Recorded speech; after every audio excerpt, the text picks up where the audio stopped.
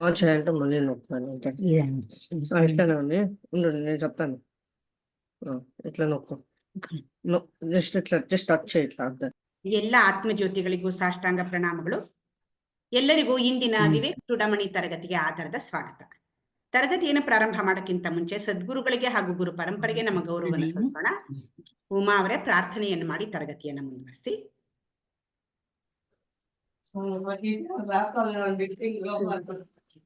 ಸದ್ಗುರುದೇವಾಯ ನಮಃ.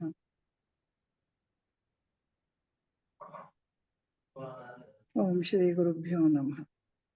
ಗುರುರ್ಬ್ರಹ್ಮ ಗುರುರ್ವಿಷ್ಣು ಗುರುರ್ದೇವೋ ಮಹೇಶ್ವರಃ ಗುರುರ್ ಸಾಕ್ಷಾತ್ ಪರಬ್ರಹ್ಮ ತಸ್ಮೈ ಶ್ರೀ ಗುರವೇ ನಮಃ. ಅಖಂಡ ಮಂಡಲಾಕಾರಂ ವ್ಯಾಪ್ತಂ ಯೇನ ಚರಾಚರಂ ತತ್ಪದಂ ದರ್ಶಿತಂ ಯೇನ ತಸ್ಮೈ ಶ್ರೀ ಗುರವೇ ನಮಃ. ಸದಾಶಿವಸಮಾರಂಭಾಂ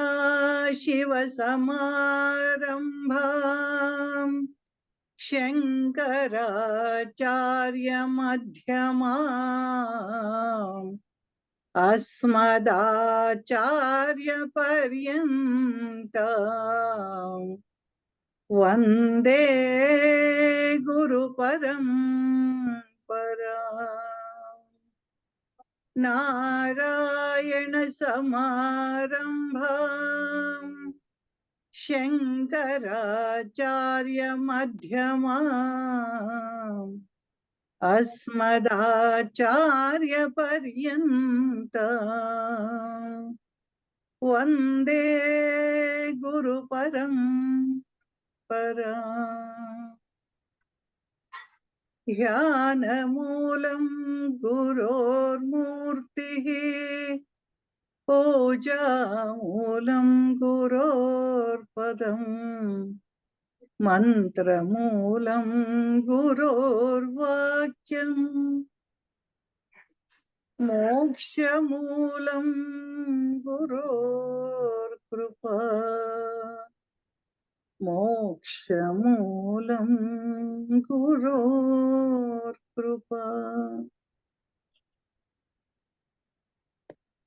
ನಾವು ಕಳೆದ ಸಲಿ ಉಪನಿಷತ್ ಮಹಾವಾಕ್ಯಗಳನ್ನ ಮತ್ತೆ ಅದ್ರ ವಿವರಣೆಗಳನ್ನ ನಾವು ಚರ್ಚಿಸಿದ್ವಿ. ಅದ್ರೊಳಗೆ ಒಂದು ರಾಜ ಮತ್ತ ಸೈನಿಕ ಅಂತ ಉದಾಹರಣೆ, ಅದನ್ನ ಉದಾಹರಣೆ ಮೂಲಕ ಈ ಜೀವಾತ್ಮ ಮತ್ತೆ ಪರಮಾತ್ಮ ಏಕತ್ವ ಅಂತ ಹೇಗೆ ಅನ್ನೋದನ್ನ ನಾವು ತಿಳ್ಕೊಂಡ್ವಿ. ಮತ್ತೆ ಆತ್ಮ ಹಾಗೂ ಅವಿದ್ಯೆಯಿಂದ ಎರಡು ವಸ್ತುಗಳು ಪ್ರತ್ಯೇಕವಾಗಿದೆಯಾ ಅನ್ನುವಂಥದ್ರ ಬಗ್ಗೆ, ಮತ್ತೆ ಅಹಂಕಾರ ಬೀಳೋದು ಅಂತ ಹೇಳಿದಾಗ ಅದಕ್ಕೇನಾದ್ರೆ ಏನ್ ಅರ್ಥ ಇದೆ ಅದಕ್ಕೆ ಅನ್ನೋದು ಒಂದಾಗ್ಲಿ. ಮತ್ತೆ ಎಲ್ಲರಿಗಿನ ಮುಖ್ಯ ಆಗಿ ನಾವಿವಾಗ ಗುರು ಸ್ಮರಣೆ ಮಾಡಿದ್ವಿ. ವೇದಾಂತ ಅಧ್ಯಯನಕ್ಕೆ ಜೀವಂತ ಗುರುವಿನ ಅವಶ್ಯಕತೆ ನಮ್ಗೆ ಎಷ್ಟಿದೆ ಅನ್ನೋದ್ರ ಬಗ್ಗೆನೂ ತಿಳ್ಕೊಂಡ್ವಿ. ಅದ್ರ ಜೊತೆಗೆ ಈ ಲಕ್ಷಣಗಳಿಂದ ಏನದು ಜಹದ್ ಲಕ್ಷಣ, ಅಜಹದ್ ಲಕ್ಷಣ, ಭಾಗತ್ಯಾಗ ಲಕ್ಷಣ ಅದ್ರ ಬಗ್ಗೆ ಮತ್ತೇನು ಸುಮ್ಮನೆ ಒಂದು ಉದಾಹರಣೆ, ದೇವದತ್ತನ ಉದಾಹರಣೆ ಮೂಲಕ ಜೀವ ಈಶ್ವರ ಏಕತ್ವ ಹೇಗೆ ಅನ್ನೋದನ್ನ ತಿಳ್ಕೊಂಡ್ವಿ. ನಾವು ಇವಾಗ ಮತ್ತೆ ಮುಂದೆ ಹೋಗ್ತಾ ಇದ್ದೀವಿ. ಮಹಾ ಜಾಗೃತಿ ಏನದು?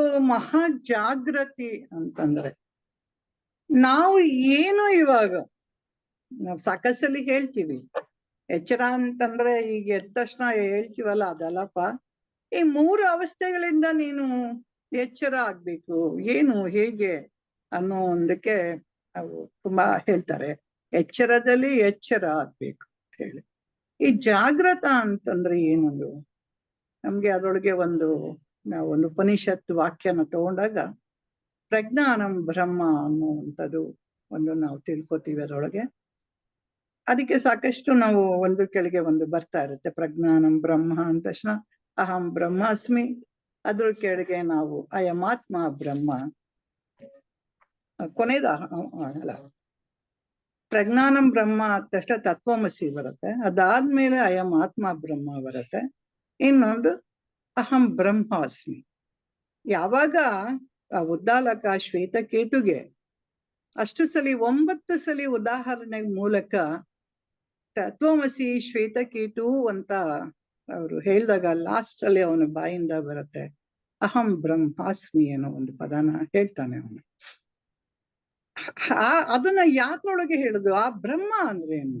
ಆ ಬ್ರಹ್ಮ ಅನ್ನೋದೇ ಪ್ರಜ್ಞಾ ಅನ್ನೋದು ಒಂದು ಹೇಳ್ತೀವಿ, ಅರಿವು ಅಂತೀವಿ, ಇರುವು ಅಂತೀವಿ, ಆತ್ಮ ಅಂತೀವಿ. ಅವನಿಗೆ ಸಾಕಷ್ಟು ಜ್ಯೋತಿ, ಎಷ್ಟೊಂದು ಪದಗಳು ಇದೆ. ನಾವು ಅದನ್ನ ಒಂದೇ ಅಂತ ಮಾಡ್ಕೋಬೇಕು. ಯಾಕಂದ್ರೆ ಕನ್ಫ್ಯೂಸ್ ಮಾಡ್ಕೊಂಡು ಈ ಆತ್ಮ ಅಂತ ಹೇಳ್ತಾ ಇದಾರಲ್ಲ, ಈ ಬ್ರಹ್ಮ ಅಂತಾರಲ್ಲ, ಅವನಿಗೆ ಜ್ಯೋತಿ ಅಂತಾರಲ್ಲ, ಅರಿವು ಅಂತಾರಲ್ಲ, ಇರುವು ಅಂತಾರಲ್ಲ, ಇವೆಲ್ಲ ಏನು ಅಂತಂದಾಗ ಅದೆಲ್ಲ ನಾವು ಆಯಾ ಸಂದರ್ಭಕ್ಕೆ ತಕ್ಕಂತೆ ಉಪಯೋಗಿಸಿರೋ ನಾಮಗಳಂತ ನಾವು ತಿಳ್ಕೊಬಹುದು ಅಂತ ಅನ್ಕೊಂಡಿದ್ದೀನಿ. ಸರಿನಾ ಮೇಡಮ್? ನಾವು ಅದ್ರೊಳಗೆ ಯಾವುದೇ ಅನುಮಾನಗಳನ್ನ ಇಟ್ಕೊಂಡು ಈ ಪದಗಳು ಅದು ಪದಗಳು ಯಾಕೆ ಅನ್ನತ್ತ ನಮ್ಗೆ ಬೇಡ. ಎಲ್ಲಾದ್ರೂ ಮುಖ್ಯ ಅಂದ್ರೆ ಪ್ರಜ್ಞಾನಂ ಬ್ರಹ್ಮ.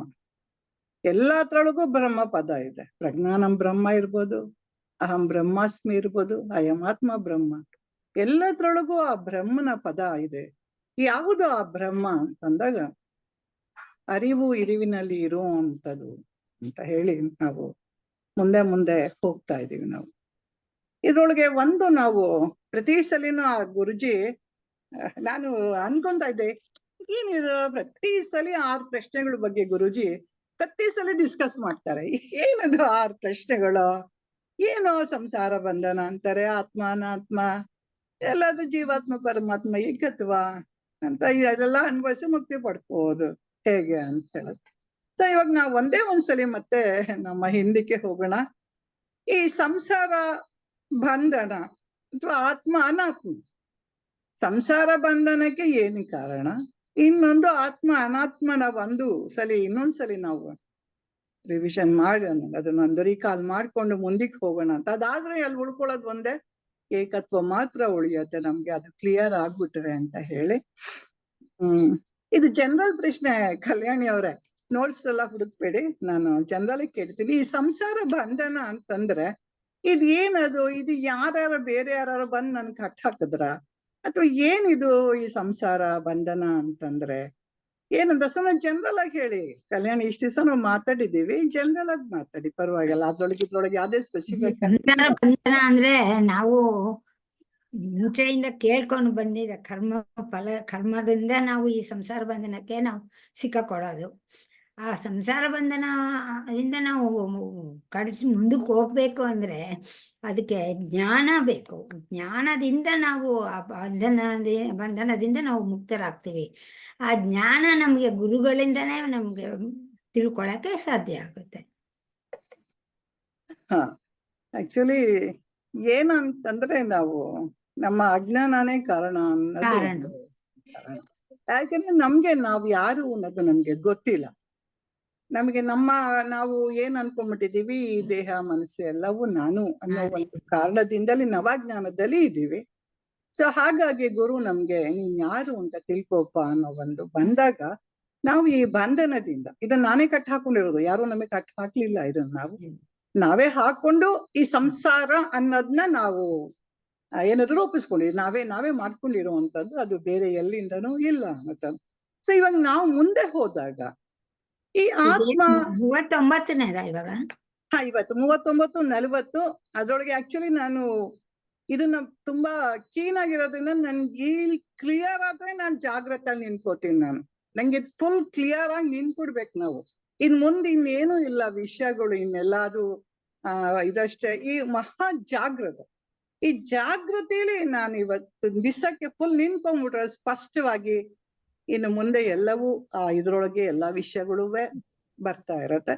ಹಾಗಾಗಿ ಇದನ್ನ ಒಂದ್ ಸ್ವಲ್ಪ ಡೀಟೇಲ್ ಆಗಿ ತಗೋಣ ಅನ್ನೋ ಒಂದು ಕಾರಣಕ್ಕೆ ನಾನು ಇವತ್ತು ಸಂಸಾರ ಅಂದ್ರೆ ಜನರಲ್ ಆಗಿ ನಾವು ಹೆಂಡತಿ ಮಕ್ಕಳು ಅಂತ ಅನ್ಕೋತೀವಿ. ಬಟ್ ಸಂಸಾರ ಅಂದ್ರೆ ಇಲ್ಲಿ ಹೇಳೋದು ನಾನ್ ದೇಹ ಮನಸ್ಸು ಬುದ್ಧಿ ಅಂತ ಬುದ್ಧಿ ಅಂತ. ತಿಳ್ಕೊಂಡು ಆ ಅಜ್ಞಾನದಿಂದ ತಿಳ್ಕೊಂಡಿರೋದೇ ಅದೇ ಸಂಸಾರ, ಅದೇ ಪುನರ್ಜನ್ಮಕ್ಕೆ ಕಾರಣ ಆಗುತ್ತೆ ಅಂತ. ಅದೇ ನಮ್ಮ ಬಂಧನಕ್ಕೆ ಕಾರಣ ಆಗಿರೋವಂಥದ್ದು ಇದು. ಇಲ್ಲಿ ಯಾರು ಯಾವ ವ್ಯಕ್ತಿಗಳು ಇನ್ಯಾರು ಇಲ್ಲ, ಇಲ್ಲಿರೋದು ಒಂದೇ. ಅದ್ ಕಲ್ಯಾಣಿ ಒಬ್ರೆ, ಇಲ್ಲ ಅಂದ್ರೆ ಉಮಾ ಒಬ್ರೆ, ಇಲ್ಲ ಅಂದ್ರೆ ಕಾತ್ಯಾಯನಿ ಒಬ್ರೇ ಇರೋದು. ನಾನು ಆತ್ಮ ಒಬ್ರೇ ಒಂದೇ. ಇರೋದು ನಿಲ್ಲಿಸ್ಕೊಳ. ನನ್ನ ಅಕ್ಕ ಪಕ್ಕ ಎದುರು ಮಕ್ಕಳು ಯಾರು ಇಲ್ಲ, ಅಲ್ಲಿ ಇರೋದೇ ಒಬ್ರು ಅಷ್ಟೇ. ನಾವು ಅದು ಇನ್ನೇನು ಇಲ್ಲ. ನನ್ನದೇ ಸೃಷ್ಟಿ, ಹೇಗೆ ನಮ್ಮ ಸೃಷ್ಟಿ ನಾವು ಮಾಡ್ಕೊಂಡಿದೀವಿ ಅನ್ನೋದ್ರ ಬಗ್ಗೆ ನಾವು ಚಿಂತನೆ ಇಲ್ಲಿ ಗುರುಜಿ ತುಂಬಾ ಚೆನ್ನಾಗಿ ಹೇಳ್ಕೊಟ್ಟಿದ್ದಾರೆ ನಮ್ಗೆ ಅದು. ಸೊ ನಾವಿವಾಗ ಮುಂದೆ ಹೋಗೋಣ. ನಾವು ಆ ಕಲ್ಪನಾ ಅವ್ರಿಗೆ ಈ ಆತ್ಮ ಅನಾತ್ಮಗಳು ಅಂತಂದ್ರೆ ಏನೇನು ಒಳಗೊಂಡಿದೆ ಅನಾತ್ಮದಲ್ಲಿ ಅನ್ನೋದು ಒಂದು ಚಿಂತನೆ ಮಾಡೋಣ. ಕಲ್ಪನಾ. ಆತ್ಮ ಅಲ್ಲದ ವಸ್ತು ಎಲ್ಲ ಅನಾತ್ಮವೇ ಅಂತಂದ್ರೆ, ಆತ್ಮ ಅಂದ್ರೆ ಅರಿವು, ಚೈತನ್ಯ ಇಲ್ಲದೆ ಇರುವ ವಸ್ತುಗಳೇ ಇಲ್ಲ. ಆಕ್ಚುಲ್ ಆಗಿ ಚೈತನ್ಯದಿಂದಲೇ ಎಲ್ಲವೂ ಬೆಳಗುತ್ತಿರುವುದು ಅಥವಾ ಎಕ್ಸಿಸ್ಟ್ ಆಗ್ತಿರೋದು, ಅಥವಾ ಅದು ಇರೋದೇ, ಇದು ಸೃಷ್ಟಿಯಾಗಿರೋದು ಅಂತ ಅನ್ಬೋದು, ಅಥವಾ ಎಕ್ಸಿಸ್ಟ್ ಆಗೋದು ಅನ್ಬೋದು. ಅದಕ್ಕೆ ಒಂದು ರೂಪ ಅಥವಾ ಏನಾದ್ರು ಬರ್ಬೇಕು, ಅಥವಾ ಜೀವ ಬರ್ಬೇಕು, ಅಥವಾ ಅಸ್ತಿತ್ವ ಇರ್ಬೇಕು ಅಂತಂದ್ರೆ, ಇರ್ಬೇಕು ಅಂತಂದ್ರೆ ಈ ಚೈತನ್ಯದ ಮೂಲಕನೇ ಆತ್ಮನ ವಸ್ತು ಅಂತ, ಅಂದ್ರೆ ಆತ್ಮ ಅಂತ. ಅನಾತ್ಮ ಅಂತಂದ್ರೆ ನಾವು ಆತ್ಮನನ್ನ ತಗೊಂಡು ಒಂದು ಆರೋಪ ಮಾಡ್ಕೊಂಡು ಇದು ನಾನು ಅಂತ. ಆತ್ಮನ ಬೆಳಕಿನಿಂದನೇ, ಫಾರ್ ಎಕ್ಸಾಂಪಲ್ ನಾವು ದೇಹ, ಈ ಜನರಲ್ ಆಗಿ ಹೇಳ್ತಾ ಇದ್ದೀನಿ, ಈ ದೇಹ ಒಂದು ಸಾಧನ, ಒಂದು ವಸ್ತು, through which a person can live ಅಂತ ಒಂದು ವಸ್ತು ಕ್ರಿಯೇಟ್ ಆಗಿದೆ. ಅದು ಆತ್ಮನ ಬೆಳಕಿನಿಂದ ಮಾತ್ರ ಇವನು ಸಚೇತನವಾಗಿ ಜೀವಂತವಾಗಿ ಒಂದು ಕೆಲಸ ಕಾರ್ಯ ಮಾಡಕ್ ಸಾಧ್ಯ. ನಾವು ಆತ್ಮನ ಬೆಳಕನ್ ಬಿಟ್ಟು ಅವನನ್ನ ಮರೆತ್ಬಿಟ್ಟು ಈ ದೇಹನೇ ನಾನು ಅಂತ ತಿಳ್ಕೊಳ್ಳುವುದು ಅನಾತ್ಮ ಬುದ್ಧಿ. ಅಂದ್ರೆ ಅಜ್ಞಾನವೇ, ಅವಿದ್ಯೆಯಿಂದ ಕೂಡಿರುವುದು ಎಲ್ಲವೂ ಅನಾತ್ಮವೇ. ವಿದ್ಯೆ, ನಿಜವಾದ ಜ್ಞಾನ ಅಂತಂದ್ರೆ ಆತ್ಮಸ್ವರೂಪಿ ಅಥವಾ ಚೈತನ್ಯವೇ. ಚೈತನ್ಯ ಇಲ್ಲದೆ ಈ ಚಾಪ್ಟರ್ ನೀವು ಹೇಳಿದ್ ಕರೆಕ್ಟು, ಬ್ಯೂಟಿಫುಲ್ ಚಾಪ್ಟರ್. ಅಂದ್ರೆ ಎಷ್ಟೆಲ್ಲ ಎಕ್ಸಾಂಪಲ್ಸ್ ಹೇಳ್ಕೊಂಡ್ ಬರ್ತಿದ್ವಿ, ಇದನ್ನ ಓದ್ಬಿಟ್ಟು ಪದೇ ಪದೇ ಕಣ್ಮುಚ್ಕೊಂಡು ಯಾರು ಧ್ಯಾನಿಸ್ಬೇಕು. ಹೌದಾ ಅಂತ ಅರಿವು ಹೌದು. ಬಾಳೆಹಣ್ಣಿನ ಎಕ್ಸಾಂಪಲ್ ಸ್ವಲ್ಪ ಹಗುರವಾಗಿ ಬಾಳೆಹಣ್ಣಿನ ಎಕ್ಸಾಂಪಲ್ ತಗೊಳ್ತಿದ್ದೆ ಇದುವರೆಗೆ. ಇದು ಒಂದ್ 10 ಸತಿ ಮತ್ತೆ ಕಣ್ಮುಚ್ಕೊಂಡು ಧ್ಯಾನಿಸಿದಾಗ, ಹೌದು ಹಣ್ಣು ಅಂತ ಅಂದಾಗ ಅದ್ರ ಅಸ್ತಿತ್ವ ಅದು ಇದೆ ಅನ್ನೋದು ಮಾತ್ರ ಸತ್ಯ. ಆ ಜಾಗದಲ್ಲಿ ಬೇರೆ ಯಾವ್ದಾದ್ರು ಬರ್ಬೋದು, ಇನ್ನೊಂದು ಹಣ್ಣು ಬರ್ಬೋದು, ಮಾವಿನ ಹಣ್ಣು ಬರ್ಬೋದು, ಇನ್ನೊಂದು ಹಣ್ಣು.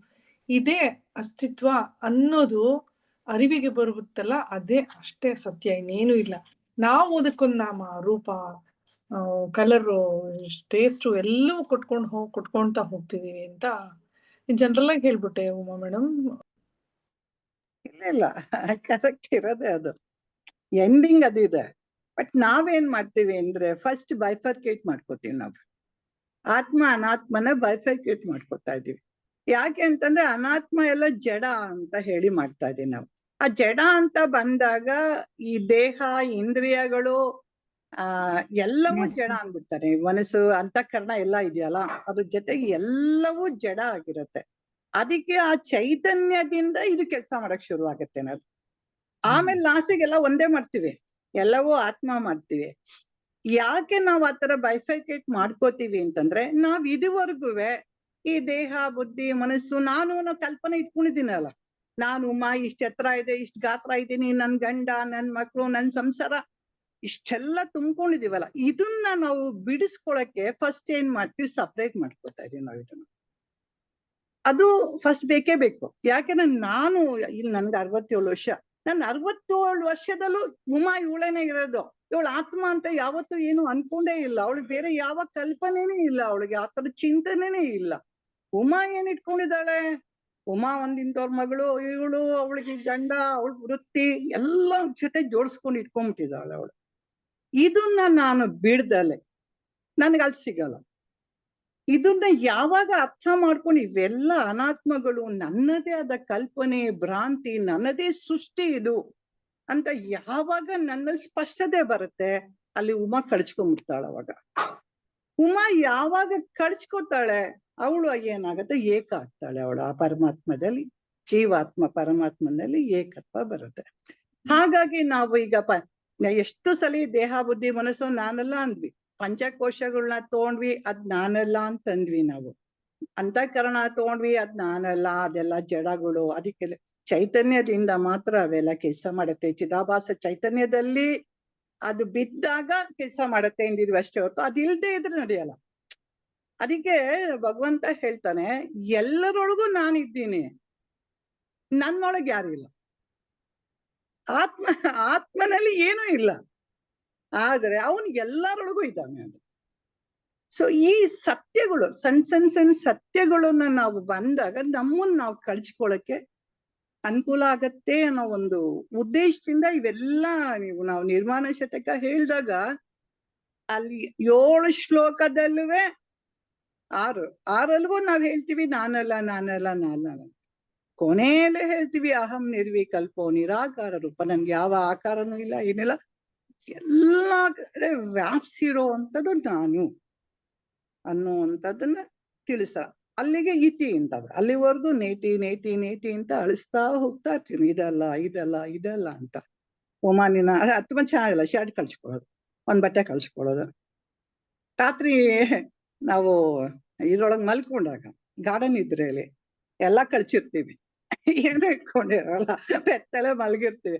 ಆಮೇಲೆ ಎತ್ತಷ್ಟ ಮತ್ತೆ ಹಾಕೊಳಕ್ ಶುರು ಮಾಡ್ತೀವಿ ಅಲ್ಲ, ನಾನು ಅಂತ ಕಲ್ಪನೆ ಇದಲ್ಲ ಅಲ್ವಾ. ಸೊ ಆ ಉದಾಹರಣೆಗಳು ಏನಾಗತ್ತೆ, ಇದಕ್ಕೋಸ್ಕರ ನಾವು ಆತ್ಮ ಮತ್ತೆ ಅನಾತ್ಮ, ಪಂಚಕೋಶಗಳು ನಾನಲ್ಲ, ದೇಹೇಂದ್ರಿಯಾದಿಗಳು ನಾನಲ್ಲ, ಯಾವುದನ್ನಲ್ಲ. ಇದನ್ನ ಹೇಗ್ ಬಂತು ಅನ್ನೋದನ್ನು ನಾವು ಒಂದು ಸಲಿ ನಾವು ಭಗವದ್ಗೀತೆಯ ಪೂರ್ಣ ಯೋಗದರ್ಶನದಲ್ಲಿ ಒಂದು ಭಗವಂತನ ಕಲ್ಪನೆ ಇದು ಅಂತ. ಈ ಸೃಷ್ಟಿ ಅವನ ಒಂದು ಕನಸಾಗಿರುತ್ತೆ.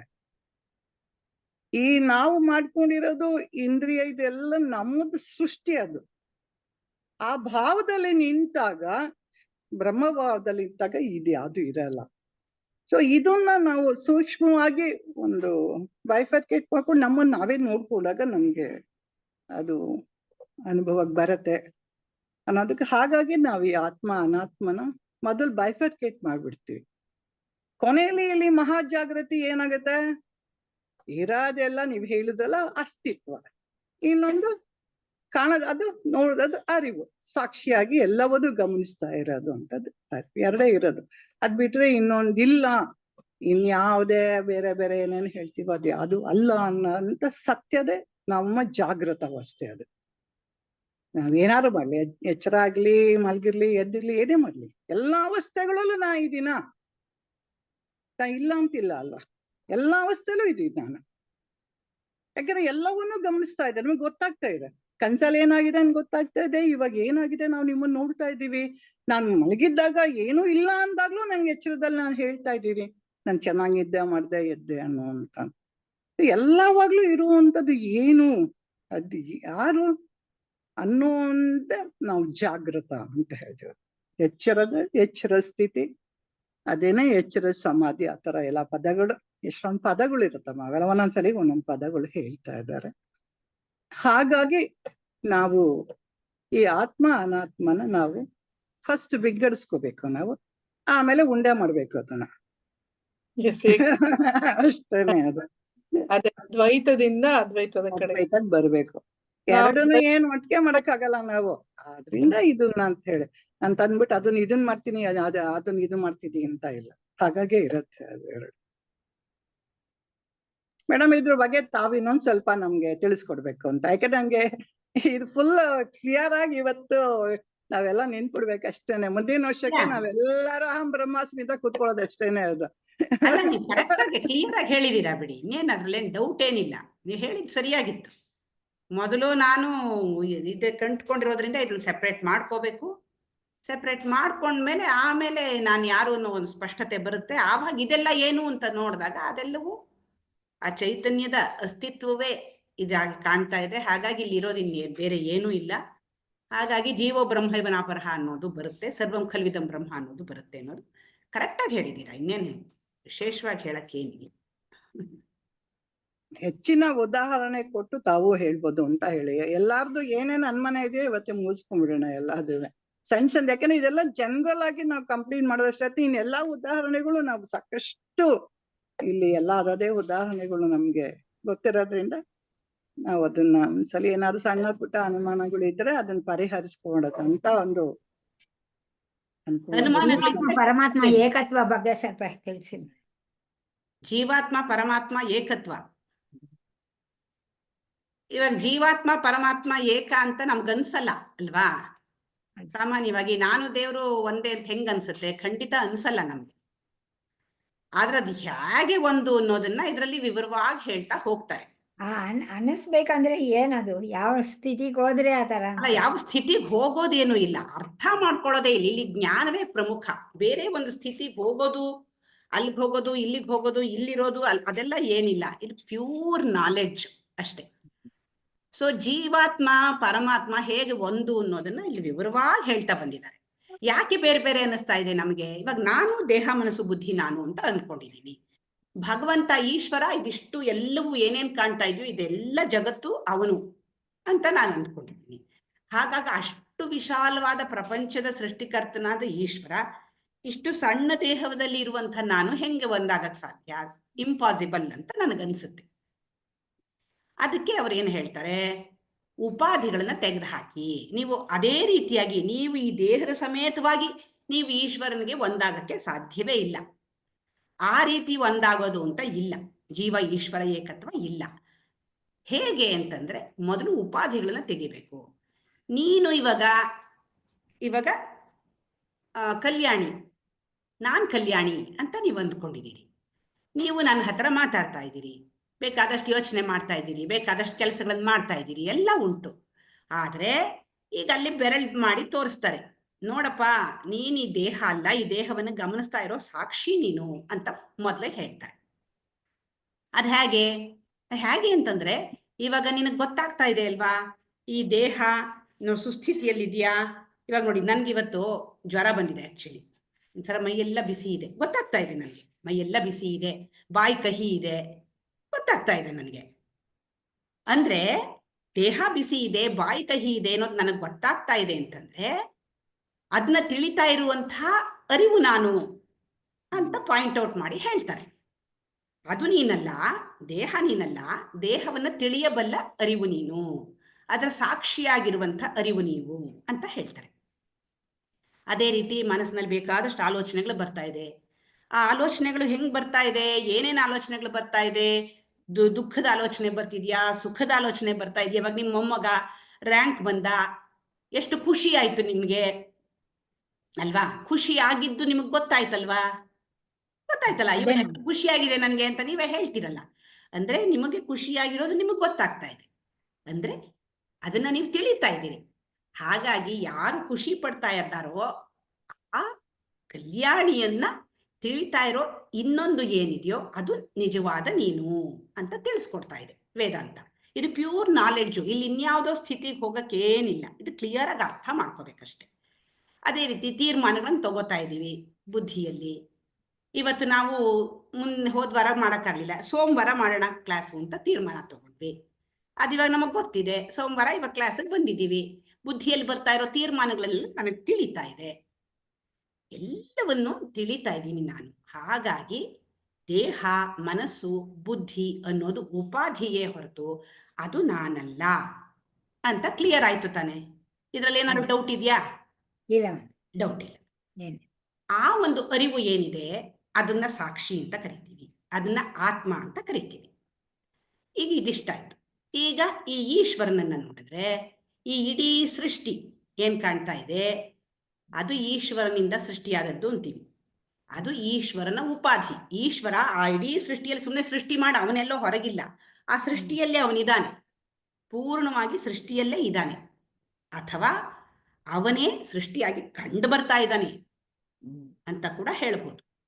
ಹಾಗಾಗಿ ಇವಾಗೇನಾಯ್ತು, ಇಲ್ಲಿ ಈ ಚೈತನ್ಯ ಏನಿತ್ತು, ಈ ಅರಿವು ಏನಿತ್ತು, ಇದು ದೇಹ ಮನಸ್ಸು ಬುದ್ಧಿಯಾಗಿ ಕಂಡು ಬರ್ತಾ ಇದೆ. ಇದೂನು ಆದ್ರೆ ನಾವಿಲ್ಲಿ ಸೆಪರೇಟ್ ಮಾಡಿದ್ವಿ. ಯಾಕೆ ಸೆಪರೇಟ್ ಮಾಡಿದ್ವಿ? ಇದನ್ನ ಅನಾತ್ಮ ಅಂತ ಮೊದಲು ಸೆಪರೇಟ್ ಮಾಡಿದ್ವಿ, ಉಪಾಧಿಯಿಂದ ಸೆಪರೇಟ್ ಮಾಡಿದ್ವಿ. ಯಾಕೆ ಅಂದ್ರೆ ನಾನ್ ಯಾರು ಅಂತ ಸ್ಪಷ್ಟತೆ ಫಸ್ಟ್ ನನಗೆ ಬರಬೇಕು. ಅದಕ್ಕೋಸ್ಕರ ಇದು ಜಡ, ದೇಹ ಜಡ, ಮನಸ್ಸು ಜಡ, ಬುದ್ಧಿ ಜಡ. ಇದನ್ನ ತಿಳಿತಾ ಇರೋ ನಾನು ಅರಿವು ಚೈತನ್ಯ ಅಂತ ಮೊದಲು ಸೆಪರೇಟ್ ಮಾಡ್ಕೋಬೇಕು. ಆ ಚೈತನ್ಯವೇ ಇದಾಗಿ ಕಂಡು ಬರ್ತಾ ಇರೋದು. ಆದ್ರೆ ಮೊದಲೇ ಹಾಗೆ ಅನ್ಕೊಂಡ್ಬಿಟ್ರೆ ನಾನ್ ಮಾತ್ರ ಚೈತನ್ಯ ಅಂತ ಅನಿಸ್ಬಿಡುತ್ತೆ ಹೊರತು ಎಲ್ಲರೂ ಚೈತನ್ಯ ಅಂತ ಗೊತ್ತಾಗಲ್ಲ ನನಗೆ. ಹಂಗಾಗಿ ಮೊದಲು ಅನಾತ್ಮವನ್ನ ಬೇರೆ ಮಾಡಿ ಆತ್ಮ ಸ್ವರೂಪ ನಾನು ಅಂತ ಬೇರೆ ಮಾಡ್ಕೊಂಡು ಇಟ್ಕೋಬೇಕು. ಆಮೇಲೆ ಈ ಒಂದು ಸೃಷ್ಟಿ ಏನಿದೆ, ಈ ಸೃಷ್ಟಿ ಆ ಈಶ್ವರನ ಉಪಾಧಿ. ಹಾಗಾಗಿ ಸೃಷ್ಟಿಯನ್ನ ಈಶ್ವರನಿಂದ ಬೇರೆ ಮಾಡಬೇಕು. ಉಪಾಧಿಯನ್ನ ತೆಗೆದು ಹಾಕಿದಾಗ ಅಲ್ಲಿರೋದೇನು? ಅಲ್ಲಿರೋದು ಕೂಡ ಚೈತನ್ಯವೇ, ಇಲ್ಲಿರೋದು ಕೂಡ ಚೈತನ್ಯವೇ, ಅಲ್ಲಿರೋದು ಕೂಡ ಚೈತನ್ಯವೇ. ಆ ಚೈತನ್ಯ, ಅದರಲ್ಲಿ ಭೇದ ಭಾವ ಇಲ್ಲ. ಹಾಗಾಗಿ ಜೀವ ಈಶ್ವರ ಏಕತ್ವ ಸಾಧ್ಯ. ಜೀವನೂ ಚೈತನ್ಯವೇ, ಈಶ್ವರನು ಚೈತನ್ಯವೇ. ಚೈತನ್ಯದ ದೃಷ್ಟಿಯಲ್ಲಿ ಅವರಿಬ್ರು ಒಂದೇ ಹೊರತು ಉಪಾಧಿಗಳನ್ನು ಸೇರಿಸ್ಕೊಂಡಾಗ ಅವರು ಬೇರೆ ಬೇರೆಯಾಗಿ ಕಂಡು ಬರ್ತಾರೆ ಅಂತ ಹೇಳುತ್ತೆ. ಇದು ಈ ಜೀವ ಈಶ್ವರ ಏಕತ್ವ. ಅರ್ಥ ಆಯ್ತು, ಗೊತ್ತಾಯ್ತು. ಅದು ಆತ್ಮ ಅನ್ನೋದು ಇಂಡಿಪೆಂಡೆಂಟ್ ರಿಯಾಲಿಟಿ, ಅನಾತ್ಮ ಅನ್ನೋದು ಡಿಪೆಂಡೆಂಟ್ ರಿಯಾಲಿಟಿ. ರಿಯಾಲಿಟಿ. ಅಂದ್ರೆ ಈ ಉಪಾಧಿಗಳಿಗೆ ಬೇರೆ ಒಂದು ಸಪೋರ್ಟ್ ಬೇಕು. ಅದೇ ಆತ್ಮಕ್ಕೆ ಯಾವುದೇ ಒಂದು ಸಪೋರ್ಟ್ ಆಗ್ಲಿ ಏನು ಬೇಡ, ಅದೇ ಎಲ್ಲಾನು ತಾನೇ ಬೆಳಗ್ತಾ ಇರತ್ತದು. ಅದೇ ಇವುಗಳಿಗೆ ಬೆಳಗಕ್ಕೆ ಒಂದು ಹೆಲ್ಪ್ ಬೇಕು, ಅವಾಗ ಮಾತ್ರ ಬೆಳಗತ್ತೆ, ಇಲ್ದೇ ಇದ್ರೆ ಬೆಳಗಲ್ಲ. ಅದಕ್ಕೆ ಒಂದು ಹಿಂದೆ ಒಂದು ಕಬ್ಬಿಣದ್ದು ಒಂದು ಗುಂಡಿನ ಉದಾಹರಣೆ ಕೊಡ್ತಾ ಇದ್ರು.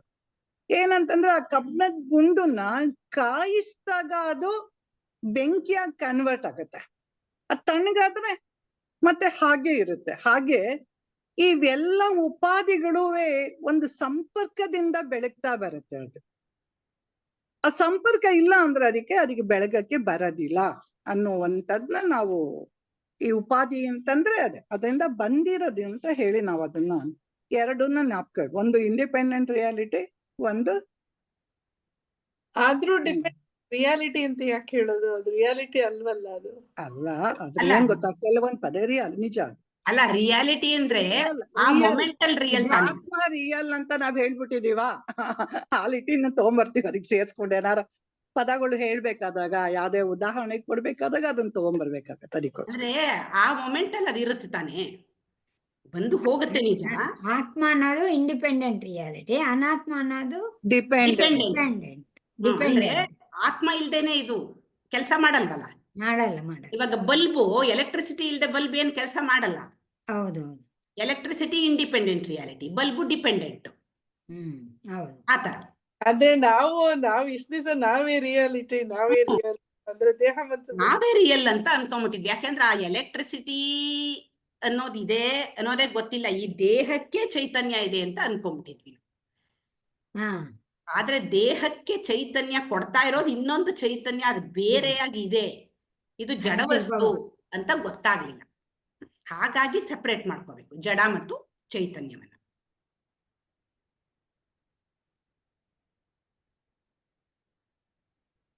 ಮುಂದೆ ಹೋಗೋಣ. ಇನ್ನೇನಾರ ಇದೆಯಾ ಇದ್ರೊಳಗೆ? ಡೌಟ್ಸ್ ಇದೆಯಾ ಕಲ್ಯಾಣಿ ಅವ್ರೆ?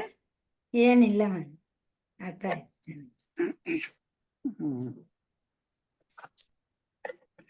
ಇದು ಸಾಕಷ್ಟು ಉದಾಹರಣೆಗಳು ನಾವು ಕೇಳಿದ್ವಿ, ಅಂದ್ರೆ ಒಂದ್ ಸ್ವಲ್ಪ ಮರ್ತು ಹೋಗ್ತಾ ಇರತ್ತೆ ನಮ್ಗೆ ಅದು. ಅದಕ್ಕೆ ಆ ಸ್ಪಷ್ಟತೆ ಇವತ್ತು ನಾವು ಅದನ್ನ ಮುಗಿಸ್ಕೊಂಡ್ಬಿಡೋಣ ಅನ್ನೋ ಒಂದು ಕಾರಣಕ್ಕೆ ನನ್ಗೆ ಎಷ್ಟು ಅರ್ಥ ಆಗಿದ್ಯೋ, ನನ್ಗೂ ಏನು ತುಂಬಾ ಅರ್ಥ ಆಗಿದೆ ಅಂತಲ್ಲ. ನಮ್ಗೇನಾರ ಅನುಮಾನ ಬಂದಿದ್ ಮೇಡಮ್ ಪರಿಹರಿಸ್ಕೊಡ್ತಾರೆ ಅದನ್ನ. ನಾವು ಮತ್ತೆ ಈ ಎರಡೇ ಇಲ್ಲಿ ತತ್ವಮಸಿ ಅನ್ನೋದು ಅದೇ ಅಲ್ವಾ ಮೇಡಮ್? ನೀನು ಅದೇ ಆಗಿದೀಯಾ ಅನ್ನೋದು ಅದೇ. ನಾನು ಅನ್ನೋದೇ ಆತ್ಮ. ಬ್ರಹ್ಮ, ತತ್ ಅಂದ್ರೆ ಬ್ರಹ್ಮನ ಜ್ಞಾಪಕ ಇಟ್ಕೋಬೇಕು ನಾವು. ಏನ್ ಗೊತ್ತಾ, ಈ ಭಗವಂತನಿಗೆ ಆ ಈ ಬಿಟ್ರೆ ಬೇರೆ ಪದ ಇಲ್ಲ, ಏನು ಹೇಳದೇ ಇಲ್ಲ ಅಲ್ಲಿ. ಅದಕ್ಕೆ ಏನ್ ಮಾಡ್ಬಿಟ್ಟಾರೆ, ಅವನು ಅಲ್ಲ ಅವಳು ಅಲ್ಲ, ತತ್ ಅದು ಅಂದ್ಬಿಟ್ರು. ಅದಕ್ಕೆ ಅದೊಂದ್ ಇದಿರ್ತಾರ, ಅದ್ ಏನು ಅಲ್ಲದಕ್ಕೆ ಏನಂತ ಪದ ಉಪಯೋಗಿಸೋದು ಅಂತ ಹೇಳ್ಬಿಟ್ಟು ಏನ್ ಮಾಡ್ತಾರೆ ತತ್. ಅಲ್ಲಿ ಇದ್ರೊಳಗೆ ವೇದಾಂತದಲ್ಲಿ ಎರಡೇ ಪದ, ಆ ಮತ್ತೆ ಈ ಅದು ಇದು ಅರಿವು ಇರುವು ಎರಡೇ ಇರೋದಲ್ಲಿ, ಬೇರೆ ಪದನೇ ಹೇಳಲ್ಲ ಅವರು. ತುಂಬಾ ಸುಲಭವಾಗಿ ಹೇಳ್ಬಿಟ್ರು. ಎಷ್ಟ್ ಸಲ ನಾನು ಓದಿನಿ, ಏನ್ ಬರೀ ಆ ಈ ಅಂತಾರಲ್ಲ ಅಂತ ನಾನು ಅದು ಇದು ಬಿಟ್ರೆ ಬೇರೆ ಇಲ್ಲ ಅನ್ನೋದನ್ನ ಅವರು ಇನ್ನೇನು ಹೇಳಕ್ ಇಲ್ಲ ಅಂತ ಎರಡು ಆ ಈ ಅಂತ ಇಟ್ಕೊಂಡು ಕೂತಿದಾರೆ ಅಷ್ಟೇ ಅವ್ರ ಅದ್ರೊಳಗೆ. ಬೇರೆ ಯಾವ ಪದಗಳು ಇಲ್ಲ. ಇನ್ನೆಲ್ಲ ಬೇರೆ ಬೇರೆ ಸಂದರ್ಭಗಳಲ್ಲಿ ನಾವು ಈಗ ಏನಾದ್ರು ಒಂದ್ ಹೇಳ್ಬೇಕಲ್ಲ. ಈಗ ಸ್ವೀಟ್ ಇದೆ, ನೋಡ್ ತಕ್ಷಣ ನನ್ಗೆ ಏನಾಗತ್ತೆ, ಜಿಲೇಬಿನೋ ಮೈಸೂರು ಪಾಕ ಕಾಣುತ್ತೆ. ಅದನ್ನ ಹೇಗೆ ಎಕ್ಸ್ಪ್ಲೈನ್ ಮಾಡ್ಬೋದು? ನನ್ ನಾಲ್ಗೆಗೆ ಇಟ್ಕೊಂಡಾಗ ಅದ್ರ ರುಚಿ ಗೊತ್ತಾಗ್ತಾ ಇರುತ್ತೆ. ಅದು ಹೇಗೆ ಅಂತ ಹೇಳೋದು? ಅದ್ರೊಳಗೆಲ್ಲ ಮಿಕ್ಸ್ ಆಗಿರುತ್ತೆ. ಸಪೋಸ್ ಒಂದು ಮೈಸೂರು ಪಾಕ್ ತಗೊಂಡ್ರೆ ಅದ್ರೊಳಗೆ ಎಲ್ಲ ಹಾಕಿ ತುಪ್ಪ, ಹಿಟ್ಟು, ಸಕ್ಕರೆ ಎಲ್ಲ ಹಾಕಿ ಒಂದು ಕಾಂಬಿನೇಷನ್ ಆಗಿರುತ್ತೆ. ಅದನ್ನ ನನ್ ಬಾಯಲ್ಲಿ ಇಟ್ರೆ ನಂಗೆ ಅದು ಸ್ವೀಟ್ ಅಂತ ಗೊತ್ತಾಗ್ತಾ ಇದೆ. ಸ್ವೀಟ್ ಅಂತೀವಿ, ಅದು ನಂಗೆ ಹೇಳಕ್ ಬರಲ್ಲ. ಅದು ಯಾವ ತರದಂತ ಹೇಳಕ್ ಬರಲ್ಲ. ಅದು ಸಿಹಿ ಆಗಿದೆ ಅಂತೀವಿ, ಖಾರ ಆಗಿದೆ ಅಂತ ಹೇಳ್ತೀವಿ ಅಷ್ಟೇ ಹೊರತು ಅದು ಹೀಗೆ ಅಂತ ಹೇಳಕ್ ಬರಲ್ಲ ಅನ್ನೋದನ್ನ, ಬ್ರಹ್ಮನ ಹೇಳಕ್ ಬರಲ್ಲ, ಆತ್ಮನ ವಿವರಿಸಕ್ ಬರಲ್ಲ ಅನ್ನೋದಕ್ಕೆ ಈ ಎಲ್ಲಾ ಉದಾಹರಣೆ ಕೊಟ್ಟು ನೋಡಪ್ಪ ನೀನು ಅನ್ನೋ ತರ ಹೇಳ್ತಾರಷ್ಟೇ ಹೊರತು ಅದಕ್ಕೆ ತತ್ವಮಸಿ ಶ್ವೇತಕೇತು ಅಂತ 9 ಸಲ ಉದಾಹರಣೆ ಕೊಟ್ಟು ಅವರು ಉದ್ದಾಲಕ ಹೇಳೋದು. ಇವೆಲ್ಲಾ ಉದಾಹರಣೆಗಳು ಮೂಲದ್ದೊಂದಿದೆಯಪ್ಪ. ನೀನ್ ಆ ಮೂಲ ತತ್ವ ಏನು ಅನ್ನೋದನ್ನ ನೀನು ನಿನ್ನ ಜ್ಞಾನದಿಂದಲೇ, ನಾವು ನನ್ನ ಜ್ಞಾನದಲ್ಲಿ ತಿಳ್ಕೊಬೇಕಷ್ಟೇ ಹೊರತು ಬೇರೆ ಯಾರ ಜ್ಞಾನ ಬಾರೋಡಲ್ಲಿ ಅದು ಸಾಧ್ಯ ಇಲ್ಲ. ನಾವೇ ಚಿಂತನೆ ಮಾಡಿ ಮಾಡಿ ಮಾಡಿ, ಅದಕ್ಕೆ ಗುರುಜಿ ಹೇಳ್ತಾರಲ್ಲ, ಇದು ಸಾಧನೆ ಅಲ್ಲ, ಶೋಧನೆ. ಇದು ಶೋಧನೆ. ನೀವು ಶೋಧನೆ ಮಾಡ್ಬೇಕು. ಎಲ್ಲಿ ಹೊರಗಡೆ ಶೋಧನೆ ಅಲ್ಲ, ಹೊರಗಡೆದೆಲ್ಲ ಬಾಹ್ಯ ವಸ್ತುಗಳು ಅಷ್ಟೇನೆ, ಅವ್ಯಾವು ಅಲ್ಲ. ನೀನ್ ಒಳಗಡೆ ಶೋಧನೆ ಮಾಡ್ಕೊಂಡು ಹೋಗ್ಬೇಕು. ದೇಹ ಅಲ್ಲ, ಮನ್ಸಲ್ಲ, ಇವೆಲ್ಲ ಏನದು? ಹಾಗಾದ್ರೆ ನಂಗೆಲ್ಲ ಗೊತ್ತಾಗ್ತಾ ಇದೆಯಲ್ಲ, ಇದೆಲ್ಲ ಏನು ಇಲ್ದೇ ಇದ್ದಾಗ್ಲೂ ನಂಗೆ ಗೊತ್ತಾಗ್ತಾ ಇದೆಯಲ್ಲ, ಏನದು ಅಂತ ಚಿಂತನೆಯಲ್ಲಿ ಕೂತಿ ಯೋಚನೆ ಪ್ರತಿ ಸಲ ಏನ್ ಮಾಡಿದ್ರು ಚಿಂತನೆಗೆ ಬಂದಾಗ, ಓ ಇದೆಲ್ಲ ಅರಿತಾ ಇರೋ ಒಂದು ಸಾಕ್ಷಿ ಅಂತ ಇದೆ. ಆ ಸಾಕ್ಷಿ ಚೈತನ್ಯನೇ ನಾನು. ಇದು ಯಾವುದು ಅಲ್ಲ, ಇದು ಸತ್ಯ ಅಲ್ಲ, ಮಿಥ್ಯ ಅಂತ. ಅದು ಆ ಮಿಥ್ಯತ್ವದ ಬಗ್ಗೆ ನಮ್ಗೆ ಅನುಭವಕ್ಕೆ ಬರುತ್ತೆ. ಅದು ಮತ್ತೆ ಕಲ್ಪನಾ,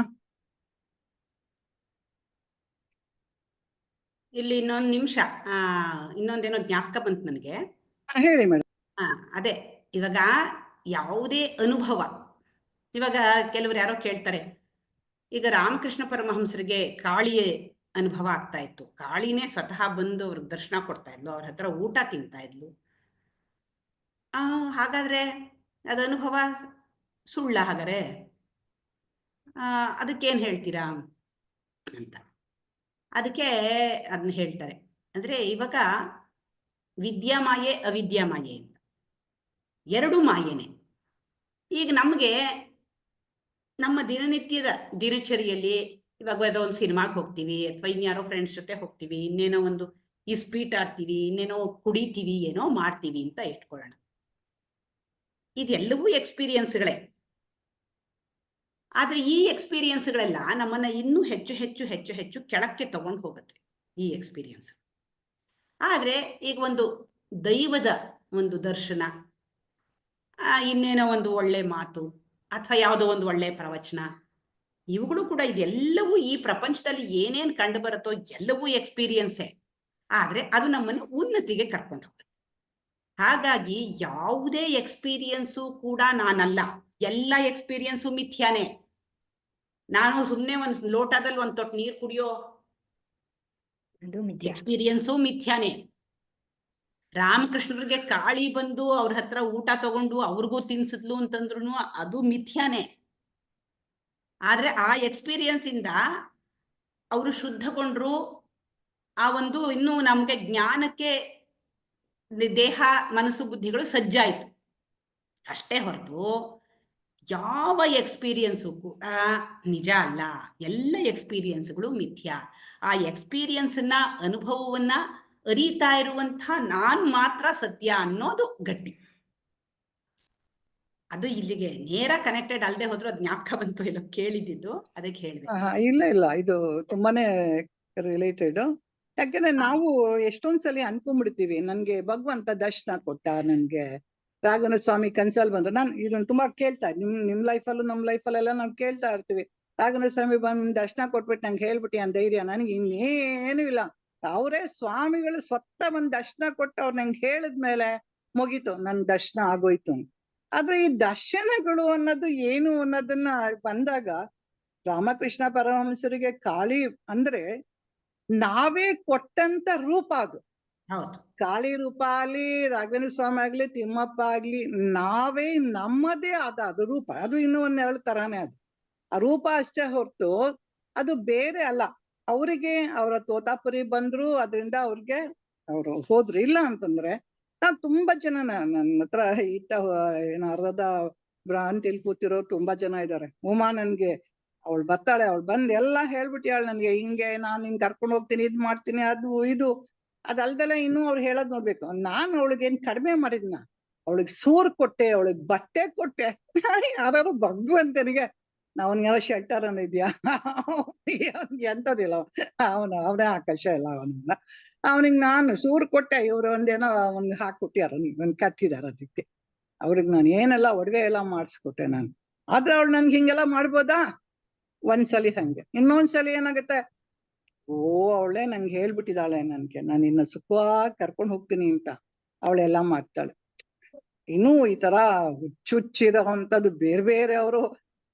ನಾನು ಈ ಫೀಲ್ಡಿಗೆ ಬರ್ಬೇಕಾದ್ರೆ ಸಾಕಷ್ಟು ಒದೆ ತಿಂದು ಈಗ ಬಂದು ನಿಂತ್ಕೊಂಡಿರೋದು ಇದ್ರೊಳಗೆ.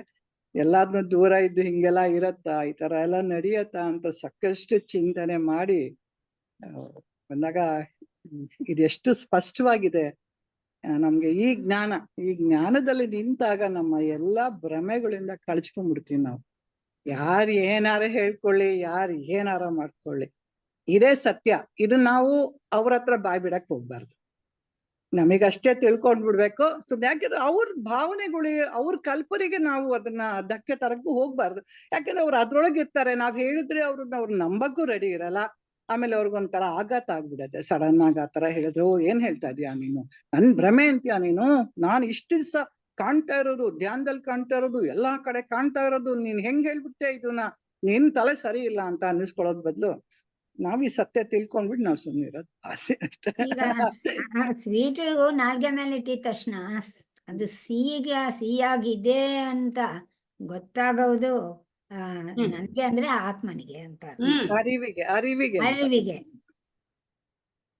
ಎಲ್ಲ ಅನುಭವಗಳು ಅರಿವಿಗೆ ಗೊತ್ತಾಗುತ್ತೆ. ಅರಿವಿಗಿಂದ ಅನುಭವಗಳು ಅಶಾಶ್ವತ. ಅನುಭವಗಳು ಬರ್ತಾ ಇರುತ್ತೆ, ಹೋಗ್ತಾ ಇರುತ್ತೆ. ಆದ್ರೆ ಅದನ್ನ ಅರಿತಾ ಇರುವಂತ ಆತ್ಮ ಶಾಶ್ವತ. ಅದು ಶಾಶ್ವತ. ಅದು ನಾನು ಗೊತ್ತಾಯ್ತು. ಮತ್ತ ಆತ್ಮ ಇನ್ಯಾರು ಅಂತ ನಾವು ಹೇಳ್ಕೊಂಡು ಅಲ್ಲಿ ಇಡಬಾರ್ದು. ಅದನ್ನ ನಾನು ಅನ್ನೋದು ಬರ್ಬೇಕು. ನಾನು ಈ ವಿವೇಕ ಚೂಡಮಣಿ ಎಲ್ಲ ಅದೇನೆ ಕೊಟ್ಟಿದ್ದಾರೆ, ಅದೇ ತರ ಎಲ್ಲ ಉದಾಹರಣೆ. ಎಲ್ಲಾ ಗ್ರಂಥಗಳು ಅಷ್ಟೇ ಹೇಳೋದು. ನೀವೇನ್ ಹೇಳಿದ್ರಲ್ಲ, ತತ್ವಮಸಿ, ಜೀವಾತ್ಮ ಪರಮಾತ್ಮ ಏಕತ್ವ, ಅಹಂ ಬ್ರಹ್ಮಾಸ್ಮಿ, ಸರ್ವಂ ಖಲ್ವಿದಂ ಬ್ರಹ್ಮ, ಇದೆಲ್ಲ ಬರೀ ಅದೇನೆ. ನಾನ್ ಯಾರು ಅಂತ ತಿಳ್ಕೊ, ಪ್ರಪಂಚ ಏನು ಅಂತ ತಿಳ್ಕೊ, ಆರಾಮವಾಗಿರು. ಅದು ಜ್ಞಾನದ ಮೂಲಕ ಮಾತ್ರನೇ, ಇನ್ಯಾವುದೋ ಬೇರೆ ತರಹ ಎಲ್ಲ ಅಲ್ಲ ಅನ್ನೋದು ಕೂಡ ಸ್ಪಷ್ಟ. ಇಲ್ಲಿ ಮೇಡಮ್ ಈ ವೇದಾಂತ ಜ್ಞಾನ ಅಸಂಪ್ಷನ್ಸ್ ಅಲ್ವೇ ಅಲ್ಲ, ಇಟ್ಸ್ ರಿಯಾಲಿಟಿ. ಈ ರಿಯಾಲಿಟಿ ಡೌಟ್ಸ್ ಇದ್ರೆ ಕ್ಲಿಯರ್ ಆಗಿ ಮಾಡ್ತಾರೆ. ಅಲ್ಲಿಗೆ ಯಾವ ತರ ಬೇಕಾದ್ರೆ ಎಕ್ಸಾಂಪಲ್ಸ್ ಕೊಟ್ಕೊಂಡು, ಅದ್ರ ಉಮಾ ಮೇಡಮ್ ಒಂದ್ ಸ್ವಲ್ಪ ಎಕ್ಸ್ಟ್ರಾ ಎಕ್ಸಾಂಪಲ್ಸ್ ಅವ್ರವ್ರ ಸ್ವಂತದ್ದು ತುಂಬಾ ಚೆನ್ನಾಗಿ ಕೊಡ್ತಾರೆ. ನನ್ ಬರ್ಕೋತಾ ಇರ್ತೀನಿ, ತುಂಬಾ ಹೆಲ್ಪ್ ಆಗುತ್ತೆ. And timely she presents it. ಅವಾಗ ಸಮಯಕ್ಕೆ ಕರೆಕ್ಟ್ ಆಗಿ ತಗೊಂಡ್ ಬರೋದು ಆಚೆಗೆ. ಹೇಳಿದ್ದಾರೆ ಉಮ್ಮ. ಮತ್ತೆ ಇನ್ನೊಂದ್ ಏನಂದ್ರೆ ಇಲ್ಲಿ ನನ್ಗೊಂದ್ ಪ್ರಶ್ನೆ ಬಂತು. ಎಲ್ಲವೂ ಅನುಭವಗಳೇ ಹೌದು, ಅನುಭವಗಳೆಲ್ಲ ಮಿಥ್ಯ, ಅದು ಹೌದು. ಈ ಅನುಭವಗಳಲ್ಲಿ ಕೆಲವು ಸಿದ್ಧಿ ಪುರುಷರು, ಆ ಪವಾಡ ಪುರುಷರು ಪವಾಡಗಳನ್ನ ಮಾಡ್ತಾರೆ. ಈಗ ಬಾಬಾ ಅವರೇ ತಗೊಳ್ಳೋಣ. ಬಾಬಾ ಅವರು ಪವಾಡಗಳನ್ನ ಮಾಡ್ತಾ ಇದ್ರು. ಅವರು ಆಹಾರವನ್ನ ಅಂದ್ರೆ ಈ ನಮ್ಮ ಮುಕುಂದೂರ್ ಸ್ವಾಮಿಗಳು ಅಷ್ಟೇ, ಅಡಿಗೆ ಇರ್ಲಿಲ್ಲ ಅಲ್ಲಿ, ಅಷ್ಟೋ ಮಕ್ಳು ಹಸಿಕೊಂಡ್ ಬಂದ ತಕ್ಷಣ ಹಾಗೆ ಅಡಿಗೆ ಆಯ್ತು. ಈ ಪವಾಡಗಳನ್ನ ಯಾವ ತರ ಅನುಭವ ಅಂತ ತಗೊಳ್ಳೋದು, ಇದು ಅನುಭವನೇ ಅಂತ ಹೇಗೆ ತಗೊಳ್ಳೋದು, ಅದು ಮಿಥ್ಯ ಹೇಗಾಗತ್ತೆ? ಪ್ರಾಕ್ಟಿಕಲಿ ಈಸ್ ಜಸ್ಟ್ ಗಿವಿಂಗ್, ಅನ್ನನ ಉತ್ಪಾದನೆ ಮಾಡಿ ಕೊಡ್ತಿದ್ದಾರೆ. ಇದನ್ನ ಹೇಗೆ? ಕರೆಕ್ಟ್ ಅಪ್ಪ. ಅಲ್ಲ, ಮಿಥ್ಯೆ ಹೇಗಾಗುತ್ತೆ ಅಂದ್ರೆ, ಈ ಪ್ರಪಂಚನೇ ಮಿಥ್ಯೆ ಅಂತ ನಾವು ತಿಳ್ಕೊಂಡು ಬರ್ತಾ ಇದೀವಲ್ಲ. ಈಗ ಕನಸಿನ ಉದಾಹರಣೆ ತಗೊಳ್ಳಿ. ಇವಾಗ ಕನಸಿನಲ್ಲಿ ನೀವು ಅಥವಾ ಮುಕುಂದೂರು ಸ್ವಾಮಿಗಳು ಒಂದ್ ಶಾಲೆಯಲ್ಲಿ ಮಕ್ಕಳಿಗೆ ಊಟ ಬಡಿಸಿದ್ರಿ. ನೀವು ಪವಾಡನೆ ಮಾಡಿದ್ರಿ, ಊಟ ಇರಲಿಲ್ಲ. ನೀವು ನಿಮ್ಮ ಶಕ್ತಿಯಿಂದ, ಯಾಕೆಂದ್ರೆ ಮನಸ್ಸಿಗೆ ಅಪಾರವಾದ ಶಕ್ತಿ, ಅದಕ್ಕೆ ಬಹಳಷ್ಟು ಸಿದ್ಧಿಗಳನ್ನು ಪಡೆಯುವಂಥ ಶಕ್ತಿ ಇದೆ ಮನಸ್ಸಿಗೆ. ನೀನು ಎಷ್ಟೇ ಪವಾಡ ಮಾಡು, ಆ ಮನಸ್ಸಿನ ಮೂಲಕ ತಳ್ಕಂಬಳಕ ಏನೇನ್ ಬೇಕಾದ್ರೂ ಮಾಡು, ಆದ್ರೆ ಅದು ಮನಸ್ಸಿನ ಮಟ್ಟದಲ್ಲಿ ಮಾತ್ರ. ಆತ್ಮವಸ್ತು ಮನಸ್ಸನ್ನ ಮೀರಿದ್ದು. ಈ ಒಂದು ಸ್ಪಷ್ಟತೆ ನಮ್ಗಿರ್ಬೇಕು. ಯಾವ ಪವಾಡಗಳನ್ನು ಇಲ್ಲಿ ಅಲ್ಲಗಳಿತಾ ಇಲ್ಲ, ಆದ್ರೆ ಅದೆಲ್ಲವೂ ಪ್ರಪಂಚಕ್ಕೆ ಸೀಮಿತವಾದದ್ದು. ಪ್ರಪಂಚನೇ ಮಿಥ್ಯ ಅನ್ಕೊಂಡ್ಮೇಲೆ ನೀವು ಕನಸಲ್ಲಿ ಮಾಡಿದ್ದು ಎಚ್ಚರ ಆದ್ಮೇಲೆ ಕನಸು ಇಲ್ವೇ ಇಲ್ಲ. ನೀವು ಏನೇ ಪವಾಡ ಮಾಡಿದ್ರು ಕನಸಲ್ಲಿ ಹೋಯ್ತಾ ಎಚ್ಚರ ಆದ್ಮೇಲೆ? ಅದೇ ತರಹ ಈ ಪ್ರಪಂಚದಲ್ಲಿ ಮಾಡ್ತಾ ಇರೋದು ಏನೇನು ನೀವು ಪವಾಡನೇ ಮಾಡ್ಬೋದು, ಸೈಂಟಿಫಿಕ್ ಡಿಸ್ಕವರಿನೇ ಮಾಡ್ಬೋದು, ಎಲ್ಲ ಉಪಯೋಗ ಇದೆ, ಉಪಯೋಗ ಇಲ್ಲ ಅಂತ ಯಾರು ಹೇಳ್ತಾ ಇಲ್ಲ. ಆದ್ರೆ ನೀನು ಸತ್ಯವನ್ನ ತಿಳ್ಕೋಬೇಕಾ, ಅದನ್ನ ಕ್ಲಾರಿಟಿ ತಗೋ. ಏನೇ ಅನುಭವಗಳು, ಮನಸ್ಸಿನ ಮಟ್ಟದ ಅನುಭವಗಳು, ಈ ಆತ್ಮ ಅಂತನ್ನೋದು ಮನಸ್ಸಿನ ಮೀರಿದಂಥದ್ದು, ಮನಸ್ಸನ್ನು ಅರಿಯುವಂಥದ್ದು ಆತ್ಮ. ಆ ಆತ್ಮ ನಾನು ಅಂತ ನೀವು ತಿಳ್ಕೊಂಡು ಈ ಪ್ರಪಂಚದಲ್ಲಿ ಏನ್ ವ್ಯವಹಾರ ಬೇಕಾದ್ರೂ ಮಾಡು, ತಪ್ಪು ಅಂತ ಹೇಳಲ್ಲ ಅದು. ಈಗ ಅವರೆಲ್ಲ ಏನ್ ಹೊಟ್ಟೋದ್ರ? ಮುಕುಂದೂರು ಸ್ವಾಮಿಗಳು ಎಷ್ಟು ಜಾಲಿಯಾಗಿ ಎಲ್ಲರ ಜೊತೆ ಸುತ್ಕೊಂಡು ಮಾಡ್ಕೊಂಡು ಖುಷಿ ಖುಷಿಯಾಗಿ ಏನಾದ್ರು ಮಾಡ್ಕೊಂಡಿದ್ರು. ಅವರು ಎಲ್ಲೂ ಹೋಗಲ್ಲ, ಅವರು ಚೆನ್ನಾಗಿ ಈ ಪವಾಡ ಮಾಡುವವರು ಅವ್ರಿಗೆ ಗೊತ್ತಿದೆ ಅವರು ಆತ್ಮನ ಒಂದು ಶಕ್ತಿಯಿಂದ ದೇಹದ ಮೂಲಕ ಕೆಲವು ಮಾಡ್ತಿದ್ದೀನಿ, ಆದ್ರೆ ನಿಜವಾದ ನಾನು ಯಾರು ಅಂತ ಅರಿವಿದೆ. ರಿಸೀವರ್ ಎಂಡ್ ಅಲ್ಲಿ ರಿಸೀವರ್ಸ್ ಇವಾಗ ರಿಸೀವ್ ಮಾಡ್ತಿರ್ತಾರಲ್ಲ, ಅವ್ರು ಹೇಗೆ ರಿಸೀವ್ ಮಾಡೋರು ಒಬ್ಬೊಬ್ರು ಒಂದೊಂದ್ ತರಹ ಇರ್ತಾರೆ. ಈಗ ನಿಮಗೆ ಈಗ ಸ್ವಲ್ಪ ಈ ನಾಲೆಡ್ಜಿಗೆ ಬಂದಿರ್ತೀರಾ, ಬಂದಿದ್ದಾಗ ನಿಮ್ಗೆ ತೊಂದರೆ ಇರ್ಬೋದು. ತೊಂದರೆ ಇದ್ದಾಗ ನಿಮ್ಗೆ, ಈಗ ನಾವು ಈ ಕ್ಷಣ ನಿಮ್ಗೆ ಹಸುವು, ತುಂಬಾ ಹಸುವು ಅಂತ ಇಟ್ಕೊಳ್ಳೋಣ. ನಿಮ್ಗೆ ಆತ್ಮಜ್ಞಾನ ಇರ್ಬೋದು, ನಿಮಗ್ ತುಂಬಾ ಹಸುವು ಇರುತ್ತೆ. ಆ ಕ್ಷಣ ಮುಕುಂದೂರು ಸ್ವಾಮಿಗಳು ಬಂದು ಊಟ ಕೊಟ್ರೆ ತುಂಬಾ ಸಂತೋಷನೇ ಆಗುತ್ತೆ. ಯಾಕೆಂದ್ರೆ ಈ ದೇಹದ್ದೂನು, ಅದು ದೇಹ ಇದೆಯಲ್ಲ ನಮಗೆ, ಸೊ ಅದು ಸಂತೋಷ ಆಗೋದು ಹೌದು. ಆದ್ರೆ ನಿಮ್ಗೆ ಜ್ಞಾನ ಇದ್ರೆ ನೀವು ಅದಕ್ಕೆ ತುಂಬಾ ಇಂಪಾರ್ಟೆನ್ಸ್ ಕೊಡಕ್ ಹೋಗಲ್ಲ. ಓಕೆ, ಆ ಮೊಮೆಂಟ್ಗೆ ಈ ಪ್ರಪಂಚದಲ್ಲಿ ಇದು ನಡಿಬೇಕಾಗಿತ್ತು, ಈ ಹೊಟ್ಟೆಗೆ ಹಸುವು ತಣಿಬೇಕಾಗಿತ್ತು, ಅವ್ರು ಬಂದ್ರು ಕೊಟ್ರು, ಇಲ್ಲಿಗಿದ್ರ ಕೆಲಸ ಮುಗೀತು ಅಷ್ಟೇ. ಇದಕ್ಕೆ ತುಂಬಾ ನೀವು ಬಣ್ಣ ಹಚ್ಚಕ್ ಹೋಗಲ್ಲ. ಆದ್ರೆ ರಿಸೀವರು ಇನ್ನು ಇದು ನಾಲೆಡ್ಜಿಗೆ ಬಂದಿರಲ್ಲ, ಅವಾಗ ಡೆಫಿನೆಟ್ಲಿ ಅದು ತುಂಬಾ ಅಗಾಧ ಅನ್ಸುತ್ತೆ ಅವ್ರಿಗೆ. ಅದರಲ್ಲೂ ಕೂಡ ಇವಾಗ ನಾನು ಆಗ್ಲೇ ಹೇಳಿದೆ ನೋಡಿ, ಈಗ ನಮ್ಗೆ ಅದನ್ನ ನಾವು ಹೆಂಗ್ ತಗೊಳ್ತೀವಿ ಅನ್ನೋದು ತುಂಬಾ ಮುಖ್ಯ ಆಗತ್ತೆ. ನಾವು ಅವರನ್ನ ಒಬ್ಬ ದೈವಿ ಪುರುಷರು ಅಂತ ತಿಳ್ಕೊಂಡು ಅವರ ಸಂಘಕ್ಕೆ ಹೋಗಿ ಅವರಿಂದ ಏನಾದ್ರೂ ಆಧ್ಯಾತ್ಮಿಕ ಜ್ಞಾನವನ್ನ ಪಡ್ಕೊಳ್ತೀವಾ, ಅವಾಗ ಅವ್ರು ಮಾಡಿದ ಮಿರಾಕಲ್ ನಮ್ಗೆ ತುಂಬಾ ಸಹಾಯನೇ ಆಗುತ್ತೆ. ಆದ್ರೆ ಎಷ್ಟೋ ಸರಿ ಹಾಗಾಗಲ್ಲ. ಎಷ್ಟೋ ಸರ್ತಿ ಮಿರಾಕಲ್ಗಳು ಅವ್ರು ಮಾಡೋದು ಕೆಲವು ಸರ್ತಿ ಅದೇ ಉದ್ದೇಶಕ್ಕೆ ಮಾಡ್ತಾರೆ, ಸ್ವಲ್ಪ ಅವ್ರನ್ನ ಅಟ್ರಾಕ್ಟ್ ಮಾಡಿಬಿಟ್ಟು ಆಮೇಲೆ ಅವ್ರಿಗೆ ಈ ಬೋಧನೆ ತರೋಣ ಅಂತಾನು ಎಷ್ಟೋ ಮಿರಾಕಲ್ಸ್ ಆಗುತ್ತೆ. ಆದ್ರೆ ತುಂಬಾ ಜನ ಹಾಗಾಗಲ್ಲ, ಅವ್ರಿಗೆ ಬರೀ ಮಿರಾಕಲ್ ಮಾತ್ರ ಬೇಕು, ಅವ್ರಿಗೆ ಡೇ ಟು ಡೇ ಅಫೇರ್ಸ್ಗೆ ಅಷ್ಟೇ ಸೀಮಿತ ಮಾಡ್ಕೊಂಡ್ಬಿಟ್ಟಿರ್ತಾರೆ.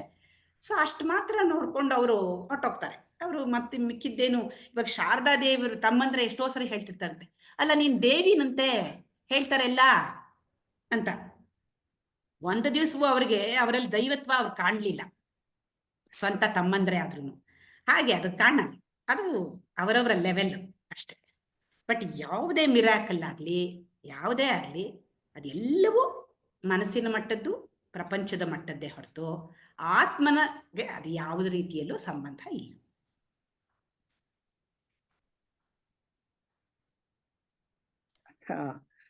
ಎಲ್ಲವೂ ನಮ್ಮ ಮನಸ್ಸಿನ ವೃತ್ತಿಗಳೇ. ಅದು ಯಾವ್ಯಾವ್ದು ನಮ್ಮಲ್ಲಿ ಬರತ್ತೋ ಆ ರೂಪ ತಾಳತ್ತೆ. ಈಗ ನಾವಿಲ್ಲಿ ಕೂತ್ಕೊಂಡಿದೀವಿ, ನನ್ ಮುಂದೆ ಕಾತ್ಯಾನಿ ಮೇಡಮ್ ಅಂದ ತಕ್ಷಣ ಕಾತ್ಯಾನಿ ರೂಪ ನನ್ ಮುಂದೆ ನಿಂತ್ಕೊಳತ್ತೆ. ಅಥವಾ ಇನ್ನೊಂದು ಯಾರೋ ಕಲ್ಪನಾ ಅಂದ ತಕ್ಷಣ ಕಾತ್ಯಾನಿ ಮರೆ ಆಗ್ತಾರೆ, ಕಲ್ಪನಾ ರೂಪ ಬರುತ್ತೆ. ಸೊ ಕಲ್ಪನಾದ್ ಒಂದೇನೋ ಒಂದ್ ಪಿಕ್ಚರ್ ಏನೋ ಇಡ್ಸ್ಕೊಂಡಿರ್ತೀನಿ, ಅದು ಬರುತ್ತೆ. ಇನ್ನೊಬ್ರಂದ ಅಂದ್ರೆ ಒಂದ್ ಬಂದಾಗ ಇನ್ನೊಂದ್ ರೂಪ ಬರಲ್ಲ. ಅದು ಒಂದ್ ಹೇಳ್ತಲ್ಲ, ಎರಡು ವಸ್ತುಗಳು ಒಂದೇ ಜಾಗನ ಒಂದೇ ಕಾಲದಲ್ಲಿ ಏನದು ಆಕ್ರಮಿಸಲು ಸಾಧ್ಯ ಇಲ್ಲ ಅಂತ ಒಂದು ಸೈನ್ಸ್ ಇದೆ ಥಿಯರಿ ಇದೆ. Two things cannot occupy the same place and same time ಅಂತ ಏನೋ ಒಂದು ಇದೆ ಅದು. ಆ ತರ ಯಾವುದೇ ಒಂದು ಅವ್ರಿಗೆ ಕಾಣಿಸ್ತಾ ಇದೀನಿ ಅಂತ ಹೌದಾ, ಕಾಣಿಸ್ತಾ ಇದ್ದೀನಿ ನಾನು. ಬಟ್ ನನ್ ಕಾತ್ಯಾಯನಿ ನೋಡಿದಾಗ ನಂಗೆ ಕಲ್ಪನಾ ಕಾಣಿಸಲ್ಲ, ಕಲ್ಪನಾ ನೋಡಿದಾಗ ನಂಗೆ ಕಾತ್ಯಾಯನಿ ಕಾಣಿಸಲ್ಲ. ಸೊ ಹಾಗೆ ಇವೆಲ್ಲವೂ ನಾವು ನಮ್ಮದೇ ಆದ ಒಂದು ಕಲ್ಪನೆಯಲ್ಲಿ ನಾವು ಮಾಡ್ಕೊಂಡಿರುವಂಥದ್ದು. ಅದು ಮಿಥ್ಯ ಅಂತ ಯಾಕಂದ್ರೆ ಆ ಕ್ಷಣದಲ್ಲಿ ಇರುತ್ತೆ, ಇನ್ನೊಂದ್ ಸ್ವಲ್ಪ ಹೊತ್ತಿಗೆ ಹೋಗುತ್ತೆ ಅಷ್ಟೇನೆ. ನಾವ್ ಯಾವ ಚಿಂತನೆ ಮಾಡ್ತೀವೋ ಆಕಾರ ಬರುತ್ತೆ, ಅದು ನಾಮ ಬರುತ್ತೆ ಅದ್ರ ಹಿಂದೆ. ಅದ್ ಇನ್ನೊಂದು ಇಮಿಡಿಯೇಟ್ ಆಗಿ ಇನ್ನೊಂದು ಚಿಂತನೆ ಅಂದಷ್ಟ ಇನ್ನೊಂದು ತಾಳ್ತಾ ಇರುತ್ತೆ. ಹಾಗಾಗಿ ಆ ಕ್ಷಣಕ್ಕೆ ಕಂಡಂತದ್ದು ಸತ್ಯ, ಇನ್ನೊಂದ್ ನಿಮಿಷಕ್ಕೆ ಮಿಥ್ಯ ಅಂತ ಅಷ್ಟೇ. ಅದು ಬಿಟ್ರೆ ಅದನ್ನ ಕಾಣ್ತಾ ಇರೋನ್ ಯಾರು, ಅರ್ಥ ಮಾಡ್ಕೊಂಡ್ ಯಾರು, ಇವ್ರು ಕಲ್ಯಾಣಿ ರೂಪ ಬಂತು, ಆನೆ ರೂಪ ಬಂತು, ಕಥೆ ರೂಪ ಬಂತು ಅಂತ ಯಾರಿಗ್ ಗೊತ್ತಾಯ್ತದೆಲ್ಲ? ಅರಿವಿಗೆ ಗೊತ್ತಾಯ್ತು ಅಷ್ಟೇ. ಅದು ತುಂಬಾ ಸಣ್ಣದಾಗಿ ಇಷ್ಟ ಅರ್ಥ ಆಗ್ಬಿಟ್ರೆ ನಮ್ಗೇನಾಗತ್ತೆ, ಅದೆಲ್ಲ ಹೊರಟೋಗ್ಬಿಡುತ್ತೆ ಅಷ್ಟೇ. ಮನಸ್ಸಿಗೆ ಇಷ್ಟೊಂದು ಅದ್ಭುತವಾದ ಕಲ್ಪನಾ ಶಕ್ತಿ, ಏನ್ ಬೇಕಾದ್ರೂ ಮಾಡ್ಕೊಳತ್ತೆ. ಆದ್ರೆ ಅದು ಇದೆಲ್ಲ ಇದು ಮಾಯೆಯಿಂದ ಈ ಮನ್ಸಿಗೆ ಇಷ್ಟೊಂದೆಲ್ಲ ತೊಂದ್ರೆ ಅಂತ ಅನ್ಕೋಬೋದಲ್ಲ ಮೇಡಮ್? ಅದು ಕೊನೆಗೆ ಎಲ್ಲಾ ಆತ್ಮಗಳ ರೌಂಡ್ ಮಾಡ್ಬಿಡ್ತಾರೆ. ಮನೋ ಆತ್ಮ, ಬುದ್ಧಿ ಆತ್ಮ, ಎಲ್ಲಾ ಆತ್ಮಗೋಗ್ಬಿಡುತ್ತೆ. ನಾವು ಲಾಸ್ಟಿಗೆ ನಾವ್ ಹೇಳಿದ್ವಲ್ಲ, ಎಲ್ಲಾ ಆತ್ಮಗಳನ್ನೇ ತಂದ್ಬಿಡ್ತೀವಿ. ಯಾಕೆಂದ್ರೆ ಆ ಚೇತನ ನಾನೇ ಅನ್ಬೇಕ, ಅರಿವಿನಲ್ಲಿ ಎಲ್ಲ ನಡೆದಾಗ ಇದು ಯಾವ್ದು ಇರೋದಿಲ್ಲ ಅಲ್ಲಿ. ಎಲ್ಲವೂ ಅರಿವು ನಾನು ಆ ಒಂದು ಉಪಾಧಿಗಳು ಸಹಾಯ ತಗೊಂಡಿದ್ ನಾವೀಗ. ಈಗ ನಾನ್ ಕೈ ಹಿಂಗ ಆಡ್ತಾ ಇದ್ದೀನಿ, ಈ ಕೈನು ಸಹಾಯ ತಗೊಂಡಿದ್ದೀನಿ ನಾನು ಇಲ್ಲಿ ಆಡ್ಸೋದಕ್ಕೆ. ಆಮೇಲೆ ಈ ಮಾತಾಡೋದಿಕ್ಕೆ ನಾನು ಇಂದ್ರಿಯಗಳು, ಈ ಬಾಯಲ್ಲಿ ಮಾತಾಡ್ತಾ ಇದ್ದೀನಿ, ನಾನು ಕಣ್ಣಲ್ಲಿ ನೋಡ್ತಾ ಇದ್ದೀನಿ, ಇಂದ್ರಿಯಗಳು ಸಹಾಯ ತಗೊಂಡಿದೀವಿ. ಇದ್ ಸಹಾಯ ತಗೊಂಡಿದ್ದೀನಿ ನಾನು, ಇದು ಯಾವ್ದು ಅಲ್ಲ. ನನ್ಗೆ ಇವಾಗ ಮಾತಾಡಕ್ಕೆ ಇದ್ರದ್ದು ಈ ಉಪಾಧಿಗಳ ಅವಶ್ಯಕತೆ ಇದೆ. ಇಲ್ಲ ಅಂದ್ರೆ ನಾನು ಮಾತಾಡಕ್ ಆಗಲ್ಲ, ನೋಡಕ್ಕೂ ಆಗಲ್ಲ, ಏನಿಲ್ಲ. ಹಾಗಾಗಿ ಈ ಅರಿವಿನ ನಮ್ಗಿದೆ.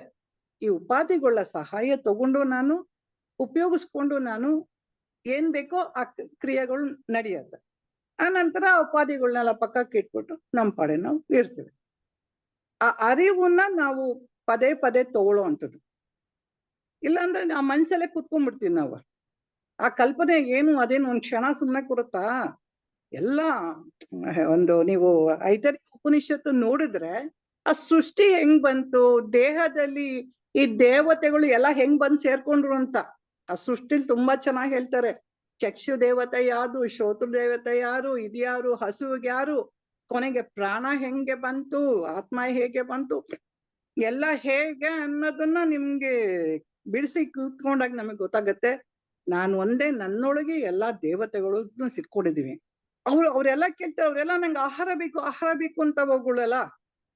ಏನು ಇವನಿಗೆ ಚಕ್ಷುಗೆ ನೋಡಕ್ಕೆ ಆಹಾರ ಬೇಕು, ಅವನಿಗೆ ಯಾವಾಗ್ಲೂ ಏನೋ ಒಂದು ನೋಡ್ತಾ ಇರೋದು, ಕಿವಿಗೊಂದ್ ಆಹಾರ ಬೇಕು, ಕೇಳ್ತಾ ಇರ್ಬೇಕು ಅಂತ ಹೇಳಿ, ಜೀರ್ಣಕ್ಕೆ ತಿಂತಾ ಇರ್ಬೇಕು, ಒಳಗಡೆ ಅಗ್ನಿ ಇದಾಗಕ್ಕೆ. ಪ್ರತಿ ಒಂದೂರು ಎಲ್ಲಾ ದೇವತೆಗಳಿಗೂ ಆಹಾರ ಬೇಕು.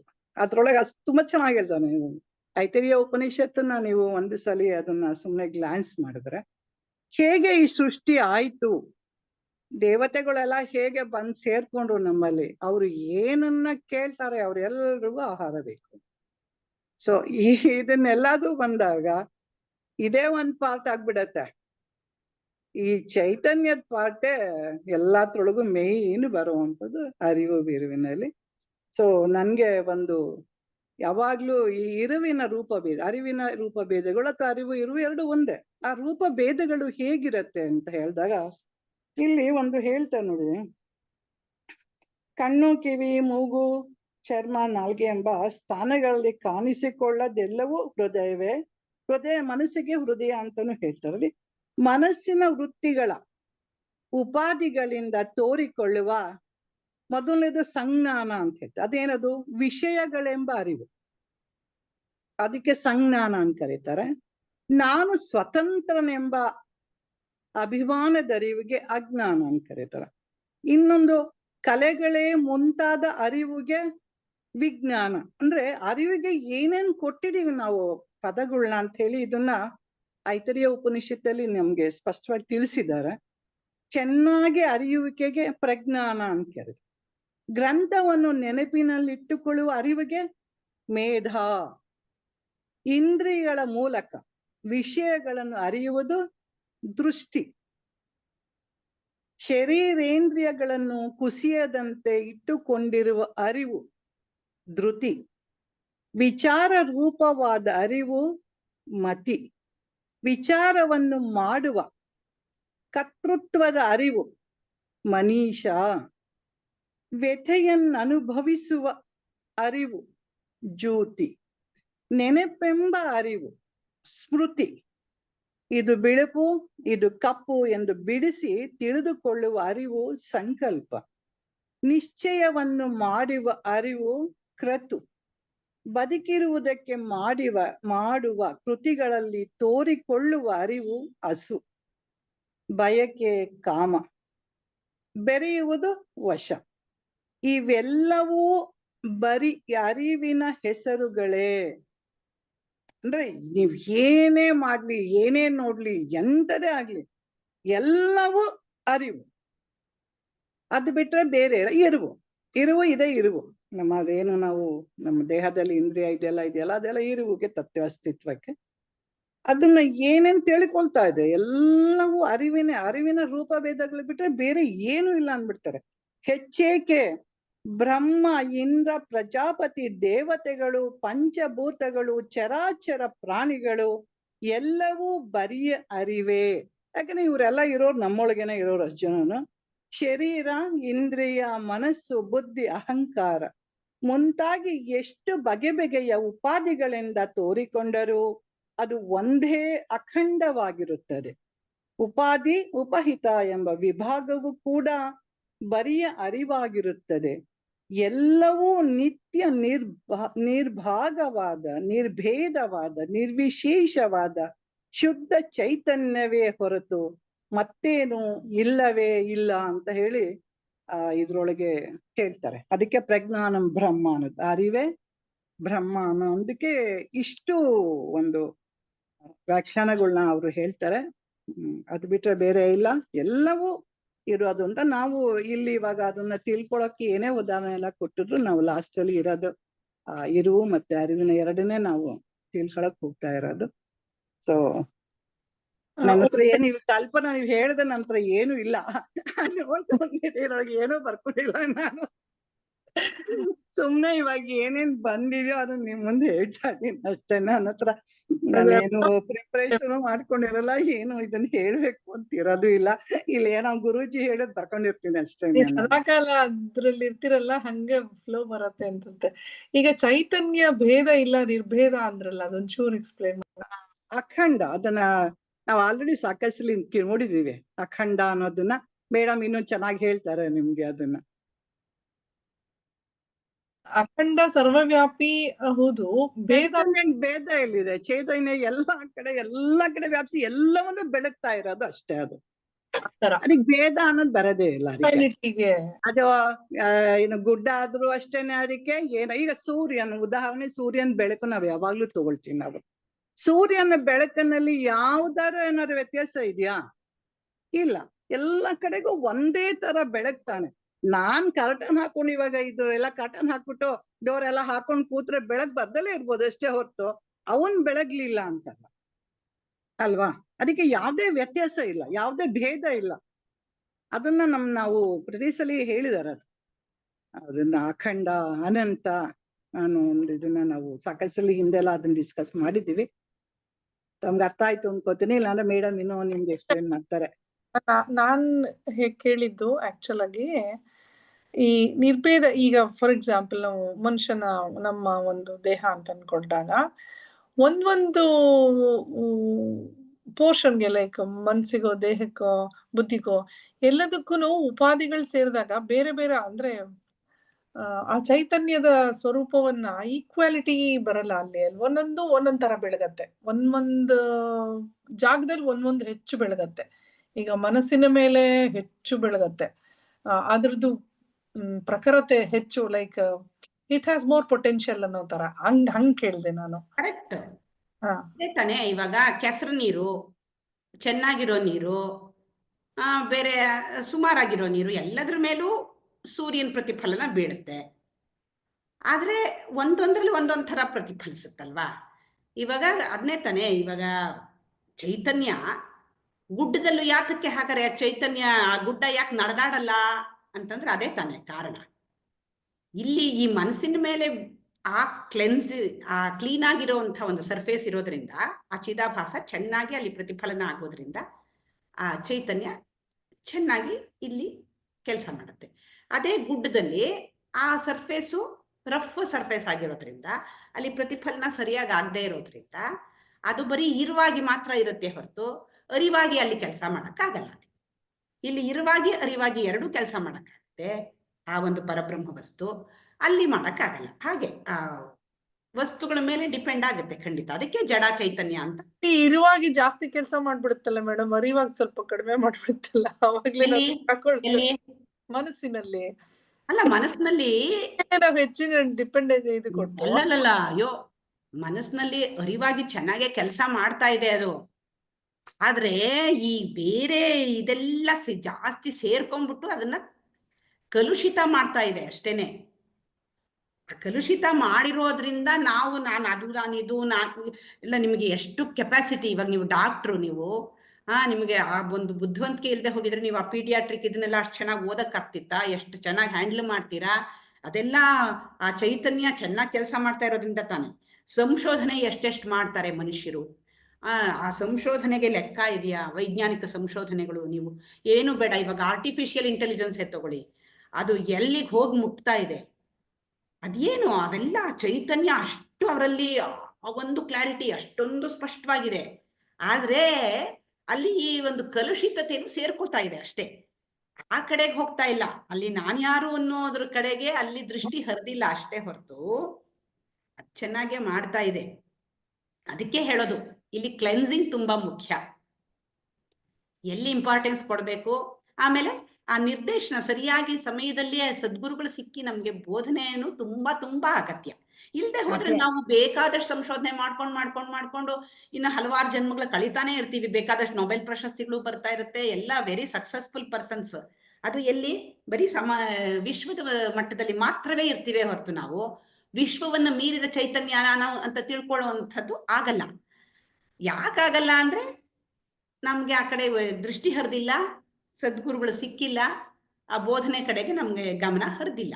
ಯಾಕೆ ಹರಿದಿಲ್ಲ? ನಮ್ಮಲ್ಲಿ ಆ ರೀತಿಯ ಕ್ಲೆನ್ಸಿಂಗ್ಗೆ ನಾವು ಗಮನನೂ ಕೊಟ್ಟಿಲ್ಲ. ಆ ಕ್ಲೆನ್ಸಿಂಗ್ ಎಲ್ಲ ಈ ಮನನ ಅದ್ರಲ್ಲಿ ಬರುತ್ತೆ ಅಲ್ವಾ ಮೇಡಮ್? ಅಲ್ಲ, ಈಗ ಸಾಮಾನ್ಯವಾಗಿ ಮೊದಲು ನಮ್ಗೆ ಗೊತ್ತಿಲ್ದೇನೆ ಎಷ್ಟೋ ದಾನ ಧರ್ಮ ಮಾಡೋದು, 4 ಜನಕ್ಕೆ ಸಹಾಯ ಮಾಡೋದು, ಅಯ್ಯೋ ಅನ್ನೋದು, ಇಂಥದ್ನೆಲ್ಲ ಮಾಡ್ತಾ ಇರ್ತೀವಿ. ಅದರಲ್ಲೇ ಸ್ವಲ್ಪ ಮಟ್ಟಿನ ಕ್ಲೆನ್ಸಿಂಗ್ ಆಗಿರುತ್ತೆ. ಈಗ ಸದ್ಗುರುಗಳು ಸಿಕ್ಕಿದ್ಮೇಲೆ ಅವರು ಹೇಳ್ತಾರಲ್ಲ, ಮಹತ್ವ ಹೇಳ್ತಾರೆ, ನಿಮ್ಗೆ ಆ ಶುಚಿತ್ವ ತುಂಬಾ ಮುಖ್ಯ, ಅದಕ್ಕೆ ನೀವು ಕರ್ಮಯೋಗ ಮಾಡಿ, ನಾನ್ ಮಾಡ್ತಾ ಇದ್ದೀನಿ ಅಂತ ಇಟ್ಕೋಬೇಡಿ, ಇದನ್ನೆಲ್ಲ ಬೋಧನೆ ಮಾಡ್ತಾ ಹೋಗ್ತಾರೆ. ಸೊ ಕರ್ಮಯೋಗ ಯಾವ ದೃಷ್ಟಿಯಲ್ಲಿ ಮಾಡ್ಬೇಕು ಅನ್ನೋದು ಬರುತ್ತೆ ನಮ್ಗೆ. ಆಮೇಲೆ ಭಕ್ತಿ ಯಾವ ರೀತಿ ಮಾಡ್ಬೇಕು. ಭಕ್ತಿ ಅಂದ್ರೆ ಸುಮ್ನೆ ಪೂಜೆ ಪುನಸ್ಕಾರ, ಹೂ ಹಾಕ್ಬಿಟ್ವಿ, ಬೈಕೊಂಡು ಏನೋ ಮಾಡ್ಕೊಂಡು ಆ ಯೋಚನೆ ಮಾಡ್ಕೊಂಡು ಪೂಜೆ ಅಲ್ಲ. ಅದು ಪೂಜೆ ಅಲ್ಲ. ಪೂಜೆ ಅಂದ್ರೆ ನಿಜವಾಗ್ಲೂ ಏನು ಅನ್ನೋದನ್ನ ತಿಳಿಸ್ಕೊಡ್ತಾರೆ. ಆವಾಗ ನಾವು ಸರಿಯಾಗಿ ಪೂಜೆ ಮಾಡಕ್ ಕಲಿತೀವಿ. ಈ ತರಹ ಕರ್ಮಯೋಗ, ಭಕ್ತಿಯೋಗ, ಕ್ರಿಯಾಯೋಗಗಳನ್ನ ಸರಿಯಾದ ರೀತಿಯಲ್ಲಿ ಮಾಡಕ್ಕೆ ನಾವು ಕಲಿತಾಗ, ಎಚ್ಚರದಿಂದ ಮಾಡಿದಾಗ ನಮ್ಗೆ ಸಾಕಷ್ಟು ಶುಚಿಯಾಗುತ್ತೆ. ಆವಾಗ ಈ ಜ್ಞಾನಯೋಗ ಅವರು ನಮ್ಗೆ ಏನ್ ಹೇಳ್ಕೊಡ್ತಾ ಇದ್ದಾರೆ, ಈ ವೇದ ಅಂತ ನಮಗೆ ಚೆನ್ನಾಗಿ ಅರ್ಥ ಆಗುತ್ತೆ. ಹಾಗೆ ಅರ್ಥ ಆದಾಗ ನಮಗೆ ಅಲ್ಲಿಗೆ ರೀಚ್ ಆಗಕ್ಕಾಗತ್ತೆ.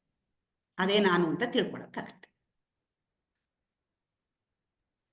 ಅಲ್ಲ, ಸೈಂಟಿಫಿಕ್ ಆಗಿ ಅವನು ಸಂಶೋಧನೆ ಮಾಡ್ಕೊಂಡು ಹೋಗ್ತಾ ಇರ್ತಾನೆ, ಮಾಡ್ತಾನೆ ಇರ್ತಾನೆ. ಸೊ ಒಂದು ವಿಶ್ವದ ಇದ್ರ ಬಗ್ಗೆ, ಅದು ಆ ಇಂಟೆಲಿಜೆನ್ಸ್ ಇಂದಾನೆ. ನೀವು ಹೇಳ್ದಂಗೆ ಅವನಿಗೆ ರಿಸರ್ಚ್ ಬಿಟ್ಬಿಟ್ಟು ಸರ್ಚ್ ಅಂತ ತೆಗೆದುಬಿಟ್ರೆ ಅವನು ಚುಮ್ಮ ಇರು ಅಂದ್ಬಿಡ್ತಾನೆ. ಏನ್ ಸರ್ಚ್ ಮಾಡ್ತೀಯ, ಏನ್ ನಿನ್ನೆ ನೋಡ್ಕೊಳ್ಳ ಸಾಕು, ಪ್ರಪಂಚಕ್ಕೆ ಯಾಕೆ ತರ ಕೆರ್ಸ್ಕೊಳ್ತೀಯ ಅಂದ್ಬಿಟ್ಟು ರಿಸರ್ಚ್. ಅವ್ರು ಬರೀ ಸರ್ಚ್. ಯಾರು ಸರ್ಚ್ಗೆ ಹೋಗ್ತಾರೋ ಅವ್ರು ಸೈಲೆಂಟ್ ಮೈಂಡ್ ಆಗ್ಬಿಡ್ತಾರೆ. ಯಾಕೆಂದ್ರೆ ಇರೋದೆಲ್ಲ ಕಸ ತೆಗಿಬೇಕಲ್ಲ, ಇಲ್ಲಿ ಕಸ ತುಂಬ್ಕೊಳ್ಳೋ ಹಂಗೆ ಇಲ್ವಲ್ಲ. ಕರೆಕ್ಟ್ ಅಲ್ವಾ? ಸೊ ಅಂದ್ರೆ ಅಲ್ಟಿಮೇಟ್ ಅದೇನೆ. But when there is A world, because there is so many innovations because of the available materials, objects, ಅದು ಅವಂದೇನೆ. ಆದ್ರೆ ನಮಗೇನಾಗುತ್ತೆ, ಈಗ ಅವಂದು ಅಂತ ಕೂತ್ಕೊಂಡು ನೀವು ಹೇಳೋಂಗೆ ಏನಿಲ್ಲ, ಸುಮ್ಮನೆ ತಪ್ಪಿಗಿರ್ತೀವಿ. But we want to innovate something. ನಾನು ಹಾರಬೇಕು ಅಂದರೆ ಏರೋಪ್ಲೇನ್ ಕಂಡುಹಿಡಿತೀನಿ, ಚಂದ್ರಕ್ಕೆ ಹೋಗ್ಬೇಕಾದ್ರೆ ಕಂಡುಹಿಡಿತೀನಿ. But ultimately even scientist will come to know at the end it is nothing but only in atoms, division of atoms ಅಂತ ಬರುತ್ತೆ. ಅಲ್ಲಿ ತನಕ ಹೋಗ್ತಾ ಇರ್ತಾರೆ. ಹೌದು, ಸಾಕಷ್ಟು ಜನ ಇವಾಗ ಹೇಳ್ತಾ ಇದ್ದಾರೆ.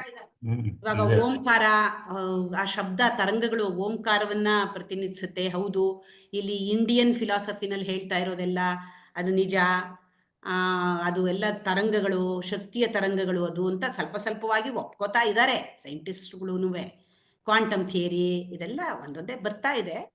ಬಟ್ ಅದೇ ಅದನ್ನ ಆ ಕ್ಲೆನ್ಸಿಂಗು ಅನ್ನೋದು ಆ ದೃಷ್ಟಿಯಲ್ಲೇ ಆಗ್ಬೇಕು ಅಷ್ಟೇ. ಅಲ್ಲ, ಆಕ್ಚುಲಿ ದ ರಿಯಲ್ ಸೈಂಟಿಸ್ಟ್ ಗಿನ್ನ ಇದು ಅಂದ್ರೆ ಈ ಋಷಿಗಳು. ಮೊನ್ನೆ ಯಾವ್ದೋ ನೋಡ್ತಾ ಇದ್ದೆ, ನಾವು ಏನು ಋಷಿಗಳು 3000 ವರ್ಷಗಳ ಹಿಂದೆ ಹೇಳಿದ್ದಾರೆ ಅದನ್ನೇ ಇವತ್ತು ಇವರು ರಿಸರ್ಚ್ ಮಾಡ್ತಿದ್ದಾರೆ. ದಟ್ ಮೀನ್ಸ್ ವಿತೌಟ್ ಎನಿ ಇದು ಅವ್ರಿಗೆ ಈ ತರ ಯಾವುದು ಸೈಂಟಿಫಿಕ್ಲಿ ಮೆಟೀರಿಯಲ್ಸ್ ಇಲ್ಲದೆ ಇದ್ರು ಅವರ ಜ್ಞಾನದಲ್ಲಿ ಆ ಒಂದು ಲೆವೆಲ್ ಅಲ್ಲಿ ಪ್ರಿಡಿಕ್ಟ್ ಮಾಡ್ತಿದ್ರು. That is the intelligence of that ಆತ್ಮ, ಆ ಚೈತನ್ಯಕ್ಕೆ. ಅದು ನಾವು ಚೈತನ್ಯ ಅವ್ರು, ಏಕೆಂದ್ರೆ ಅವರು ಫೋಕಸ್ ಓನ್ಲಿ ಚೈತನ್ಯದಲ್ಲೇ ಮಾಡ್ತಿದ್ರಲ್ವಾ, ಅವಾಗ ಆ ಚೈತನ್ಯದಲ್ಲಿ ಆ ವಿಶಾಲತೆ ಇದೆಯಲ್ಲ, ಆಯ್ತಾ, ಅದನ್ನೇ ಗೊತ್ತಾಗ್ತಾ ಇತ್ತು. ನಾವೇನಾಗುತ್ತೆ ಅದನ್ನ ನಾವು ವಿಶಾಲತೆನ ಕಮ್ಮಿ ಮಾಡ್ಕೊಂಡು ಸೀಮಿತ ಮಾಡ್ಕೊಳ್ತೀವಲ್ಲ. ಸೀಮಿತ ಮಾಡಿದ್ರು I want to invent something, I want to give something to the world ಅಂತ ಹೋಗ್ತೀವಿ. ಅಲ್ಲಿ ಕೊನೆಯಲ್ಲಿ ಕೊಡಬಹುದು, ಬಟ್ ಅದು ಎಂಡಲ್ಲ. ಸೊ ಅದು ಕೊನೆಗೆ ಹುಡ್ಕೊಂಡು ಹೋಗ್ಬೇಕು. ಬಟ್ ಏನಾಗುತ್ತೆ, ಲಿಮಿಟೆಡ್ ನಮಗೆ ವಯಸ್ಸಿರುತ್ತಲ್ವಾ, ಆ ವಯಸ್ಸಲ್ಲಿ ಮಾಡ್ತಾ ಮಾಡ್ತಾ ಮಾಡ್ತಾ ಅಲ್ಲೇ ಕಳೆದ್ಬಿಡ್ತೀವಿ. ಅದಕ್ಕೆ ತಿರ್ಗಾ ಪುನರ್ಜನ್ಮ ಅಂತ ಬರೋದು. ಸೊ ಜನ್ಮ ಬೇಡ ಅನ್ನೋನು, ನೀನೆಲ್ಲ ಬಿಟ್ಟಾಕಪ್ಪ, ನೀನು ಕೂತ್ಕೋ ಅಂದ್ರೆ ಕೂತ್ಕೋ ಇನ್ ದ ಸೆನ್ಸ್ ನೀನು ಮಾಡೋ ಕೆಲಸ ಮಾಡು, but always think who are you, who are my, ಹೇಗೆ ಅಂತ. ನಮ್ಮ ಇನ್ನೊಬ್ರು ಕ್ಲಾಸ್ ಅವ್ರು ಹೇಳ್ತಿದ್ರು, ನೀವು ಇಷ್ಟೆಲ್ಲ ರಿಸರ್ಚ್ ಮಾಡ್ತಿದ್ರಿ, ನೀವು ಸುಮ್ಮನೆ ಜಸ್ಟ್ ಬೆಳಗ್ಗೆ ಎದ್ದ ತಕ್ಷಣ ಕಾಫಿ ಕೊಡ್ಬಿಡ್ತೀರಾ ಅಥವಾ ಒಳ್ಳೆ ಟಿಫನ್ ಮಾಡಿಬಿಡ್ತೀರಾ. ಒಂದಿನ ಸುಮ್ಮನೆ ಟಿಫನ್ನು ಊಟ ಮಾಡಿದ್ರಲ್ಲ, ಅದು ಹೆಂಗೆ ಡೈಜೆಷನ್ ಕ್ರಿಯೇಷನ್ಸ್ ಆಗಿ ಹೌ ಎಕ್ಸ್ಕ್ರೀಷನ್ ಆಯಿತು ಅನ್ನೋದು ಒಂದನ್ನೇ ರಿಸರ್ಚ್ ಮಾಡೋದ್ರೇ ನಿಮ್ಗೆ ಗೊತ್ತಾಗ. ಬಿಕಾಸ್ ಅಲ್ಲಿ ಡೂಯರ್ಶಿಪ್ ಇಲ್ವಲ್ಲ. ನಾವೇನು ಮಾಡ್ತೀರಿ, ಐ ಆಮ್ ದಿ ಡೂಯರ್ ಅಂತ ಹೇಳ್ತೀವಿ. Where is the doer?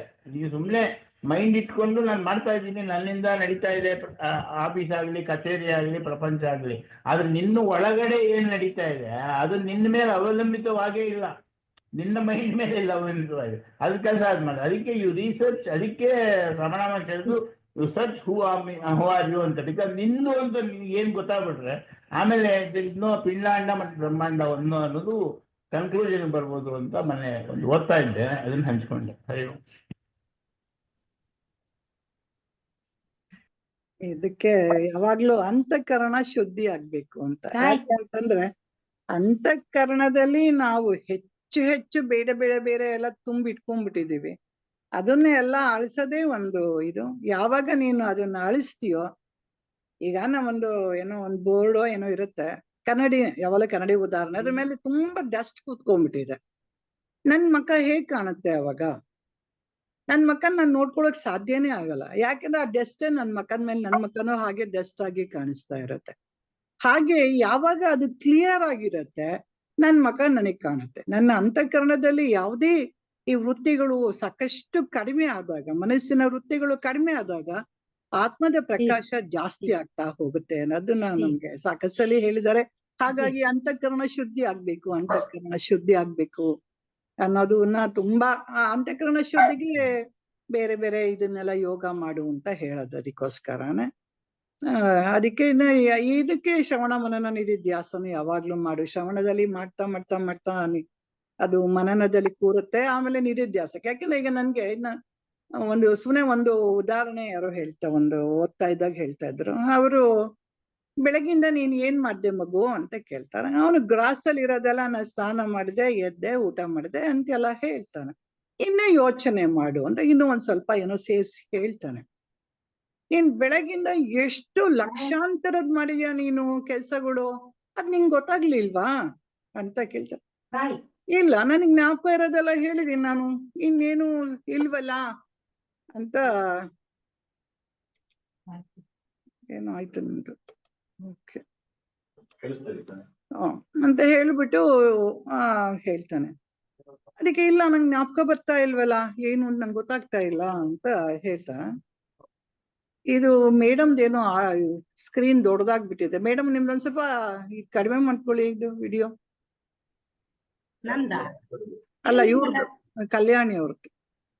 Kalyani madam ನಿಮ್ದಲ್ಲ. ನನ್ಗೇನಾಗ್ತಾ ಇತ್ತು, ಫುಲ್ ಸ್ಕ್ರೀನ್ ಬ್ಲಾಂಕ್ ಬಂದ್ಬಿಡ್ತಾ ಅದಕ್ಕೆ.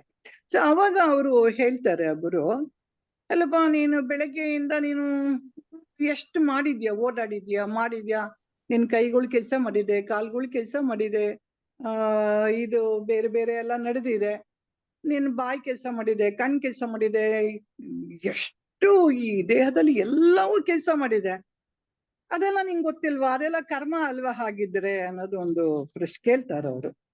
ಹೌದಾ, ಇಷ್ಟೆಲ್ಲ ನಡೀತಾ ಇದ್ಯಾ ಅಂತ. ಈಗ ಮೂರ್ತಿಗಳು ಹೇಳ್ದಂಗೆ ಎಕ್ಸ್ಪ್ರೆಷರಿ ಅದೆಲ್ಲ ನಾವೇನು ಜ್ಞಾಪಕ ಇಟ್ಕೊಂತೀವ? ಬಂತು, ಹೋಗ್ತಾ ಇರ್ತೀವಿ, ಟಾಯ್ಲೆಟ್ಗೆ ಅವಸರ ಆಯ್ತು, ಹೋದ್ವಿ, ಬಂದ್ವಿ. ಫಂಕ್ಷನಲ್ ಬಾಡಿ, ಉಸಿರಾಡೋದು ನಮಗ್ ಗೊತ್ತಿಲ್ಲ ಅಲ್ಲಿ. ಅಥವಾ ಇನ್ನೊಂದು ಡೈಜೆಷನ್ ಆಗಿ ರಾತ್ರಿ ಮಲ್ಕೋತೀವಿ, ಬೆಳಗ್ಗೆ ಅಷ್ಟೊತ್ತು ನೀಟಾಗಿ ಡೈಜೆಷನ್ ಆಗಿರುತ್ತೆ, ಹೋಗ್ತೀವಿ ಬರ್ತೀವಿ. ನಾನೇನಾರ ಜೀರ್ಣ ಮಾಡಿದ್ನು? ನನ್ ದೇಹದಲ್ಲಿ ಎಷ್ಟು ಕೆಲಸ ಮಾಡ್ತೇವೆ, ಮಿಷಿನ್ ತರ. ಅದು ಒಂದು ಕ್ಷಣನೂ ನಿಲ್ಸಲ್ಲ, ಎಲ್ಲವೂ ಅಷ್ಟು ಕೆಲಸ ಮಾಡ್ತಾ ಇದೆ. ಕರ್ಮಗಳನ್ನ ಎಲ್ಲ ಕರ್ಮಗಳಿಗೆ ಹುಟ್ಟದ. ಅದಕ್ಕೋಸ್ಕರ ಪ್ರಕೃತಿ ಕ್ರಿಯಮಾಣಾನಿ ಗುಣೈ ಕರ್ಮ ಭಾಗಶಃ ಅಹಂಕಾರ ವಿಮೂಢ ಅಥವಾ ಕರ್ತಾಹ ಇಹಿ ಮಿತಿ ಮನ್ಯತೆ ಅಂತ ಹೇಳ್ತಾರೆ. ಅಂದ್ರೆ ಎಲ್ಲವೂ ಪ್ರಕೃತಿಯಿಂದ ನಡೀತಾ ಇರೋದು. ಈ ದೇಹ ಪೂರ್ಣವಾಗಿ ಪ್ರಕೃತಿಯಿಂದೇ ನಡೀತಾ ಇರೋದು. ಅದ್ ಏನೇನ್ ನಡೆಸ್ಬೇಕು, ಹೇಗ್ ನಡೆಸ್ಬೇಕು ಅನ್ನೋದು ಆ ಪ್ರಕೃತಿ ಡಿಸೈಡ್ ಮಾಡಿರುತ್ತೆ. ನನ್ಗೆ ಎಷ್ಟು ಆಯುಸ್ ಕೊಡ್ಬೇಕು ಅಂತ ಡಿಸೈಡ್ ಮಾಡಿರುತ್ತೆ. ನನ್ ತಲೆ ಕೂದಲು ಯಾವಾಗ ಬೆಳಗಾಗಬೇಕು ಅಂತ ಡಿಸೈಡ್ ಮಾಡಿರುತ್ತೆ. ಪ್ರಕೃತಿ ಹೇಗಿರ್ಬೇಕು, ಈ ದೇಹನ ಅದು ತನ್ನ ವಶಕ್ಕೆ ತಗೊಂಡು ನಡೆಸ್ತಾ ಇರುತ್ತೆ. ನಾವೇನ್ ಅನ್ಕೊಂಡಿದೀವಿ, ನಾನೇನೋ ಮಾಡ್ತಾ ಇದ್ದೀನಿ, ನಾನ್ ಇದ್ ಮಾಡ್ತಾ ಇದ್ದೀನಿ ಅನ್ನೋ ಒಂದು ಏನು ಅಹಂ ವೃತ್ತಿ. ಈ ಅಹಂಕಾರದ ಅಹಂ ಶುದ್ಧ, ಅಹಂ ಅಲ್ಲಿ ಯಾವ್ದು ಇಲ್ಲ. ಈ ಅಹಂಕಾರ ಅಂತ ತರ್ತೀವಲ್ಲ, ಅಂದ್ರೆ ಇದನ್ನೆಲ್ಲ ಸಪೋರ್ಟ್ ತೊಳ್ತೀವಲ್ಲ ನಾವು. ಅಂತಃಕರಣ ಸಪೋರ್ಟ್ ತೊಳ್ತೀವಿ, ಇಂದ್ರಿಯ ಸಪೋರ್ಟ್ ತಗೊಂಡು ಎಲ್ಲ ತಗೊಂಡ್ಬಿಟ್ಟು ನಾನೇ ಅದು ಅಂತ ಆಕಾರ ತಳ್ಕೊಂಡಿರೋದಕ್ಕೆ ನಮ್ಮಲ್ಲಿ ಇಷ್ಟು ಸಮಸ್ಯೆ ಬಂದಿರೋದು. ಯಾವಾಗ ಆ ಆಕಾರ ತಳೆದಲೆ ಶುದ್ಧ ನಾನು ಚೈತನ್ಯ ಅಂತ ಬಂದಾಗ ನಾವೇನಾಗ್ತೀವಿ, ಮುಕ್ತರಾಗ್ತೀವಿ. ಒಂದು ನಮ್ಗೆ ಗುರುಜಿ ಯಾವಾಗಲೂ ತಿಳಿಸ್ಕೊಡ್ತಾ ಇರೋದು. ಯಾವಾಗ ಉಪಾಧಿಗಳು ಸಹಾಯ ತಗೊಂಡು ಅಹಂಕಾರದಿಂದ ಮಾಡಿದಾಗ ನಾವ್ ಇಲ್ಲ, ಎಲ್ಲ ಪ್ರಕೃತಿಯಿಂದ ನಡೀತಾ ಇರೋದು, ನಾನ್ ಮಾಡ್ತಿರೋದು ಎಂತದೂ ಇಲ್ಲ. ಅದಕ್ಕೆ ಇನ್ನೂ ಒಂದು ಉದಾಹರಣೆ ಹೇಳ್ತಾರೆ. ಕರ್ತೃ ಇದ್ದಾಗ ಕರ್ತ ಇರಲ್ಲ, ಕರ್ತ ಇದ್ದಾಗ ಕರ್ತೃ ಅಂತಂದಾಗ ಜಸ್ಟ್ ಅಹಂ. ಅದು ಕರ್ತ ಅನ್ನೋದು ಇವಾಗ ನಡೀತಾ ಇರತ್ತೆ, ಎಲ್ಲಾ ಕ್ರಿಯೆಗಳು ನಡೀತಾ ಇರತ್ತೆ. ಈಗ ಇವಳು ಮಾತಾಡ್ತಾ ಇದ್ದಾಳೆ, ಇವಳು ಮಾತಾಡ್ಬೇಕಾದ್ರೆ ಇವಳಿಗೆ ನಾನ್ ಮಾತಾಡ್ತಾ ಇದ್ದೀನಿ ಅನ್ನೋದಿಲ್ಲ. ಜಸ್ಟ್ ಮಾತಾಡೋ ಕ್ರಿಯೆ ನಡೀತಾ ಇರತ್ತೆ. ಇದ್ ಮುಗಿದ್ಮೇಲೆ ನಾನು ಶುರು ಮಾಡ್ಕೋಬಹುದು, ಎಷ್ಟು ಚೆನ್ನಾಗಿ ನಾನ್ ಮಾತಾಡಿದೆ ಅಲ್ವಾ ಅನ್ನೋ ಅಹಂಕಾರನ ಜೋಡಿಸ್ಕೊಳ್ತೀನಿ ನಾನು. ಅವಾಗ ಕ್ರಿಯೆ ಇರ್ಬೇಕಾದಾಗ ಯಾವುದೇ ಒಂದು ಇದು ನಮ್ಮಲ್ಲಿ ಭಾವ ಇಲ್ಲ. ನಾವು ಅದನ್ನ ಅದಕ್ಕೆ ನಮ್ಮ ಜೀವನದಲ್ಲಿ ನಾವು ಕರೆಕ್ಟ್ ಆಗಿ ನೋಡಿದಾಗ ದಿನದಲ್ಲಿ 16 ಗಂಟೆ ಈ ಅಹಂಕಾರ ಇಲ್ದಲೇನೆ ನಡೀತಾ ಇರುತ್ತೆ ಕೆಲ್ಸಗಳೆಲ್ಲ. ಕೆಲವೊಂದು ಇದಕ್ಕೆ ಮಾತ್ರ ನಾವು ಜೋಡಿಸ್ಕೊಂಡೇ ಇಷ್ಟ ಆಗಿದೆ. ನಮ್ಗೆ ಆ ಸತ್ಯ ಅರ್ಥ ಆದಾಗ ನಾನಿಲ್ದಲೇನೆ ಎಲ್ಲ ನಡೀತಾ ಇದೆ. ಪ್ರಕೃತಿ ಏನ್ ಬೇಕೋ ಎಲ್ಲ ತಾನಿಗೆ ಎಲ್ಲ ನಡೆಸ್ತಾ ಇದ್ದಾಳೆ. ಆ ತಾಯಿ ಏನ್ ಬೇಕೋ ಮಾಡ್ತಾ ಇದ್ದಾಳೆ ಅನ್ನೋಂಥದ್ದು ಆ ಪ್ರಕೃತಿಗೆ ನಾವು ಅರ್ಥ ಮಾಡ್ಕೊಂಡಾಗ, ಪ್ರಕೃತಿನೇ ಅಸ್ತಿತ್ವ, ಅದನ್ನ ಅರ್ಥ ಮಾಡ್ಕೊಂಡಾಗ ನಾವು ಮುಕ್ತರಾಗ್ತೀವಿ ಅನ್ನೋವಂಥದ್ದು ನಮ್ಮಲ್ಲಿ ಹೇಗೆ ನಾವು ನಮ್ಮನ್ನ ನಾವು ಅರ್ಥ ಮಾಡ್ಕೊಳಕ್ ಸಾಧ್ಯ ಆಗತ್ತೆ ಅನ್ನೋವಂಥದ್ದನ್ನ ಇವತ್ತು ಇಂಟ್ರೊಡಕ್ಷನ್ ತುಂಬಾ ಜಾಸ್ತಿ ಆಯ್ತು ಅನ್ಸತ್ತೆ.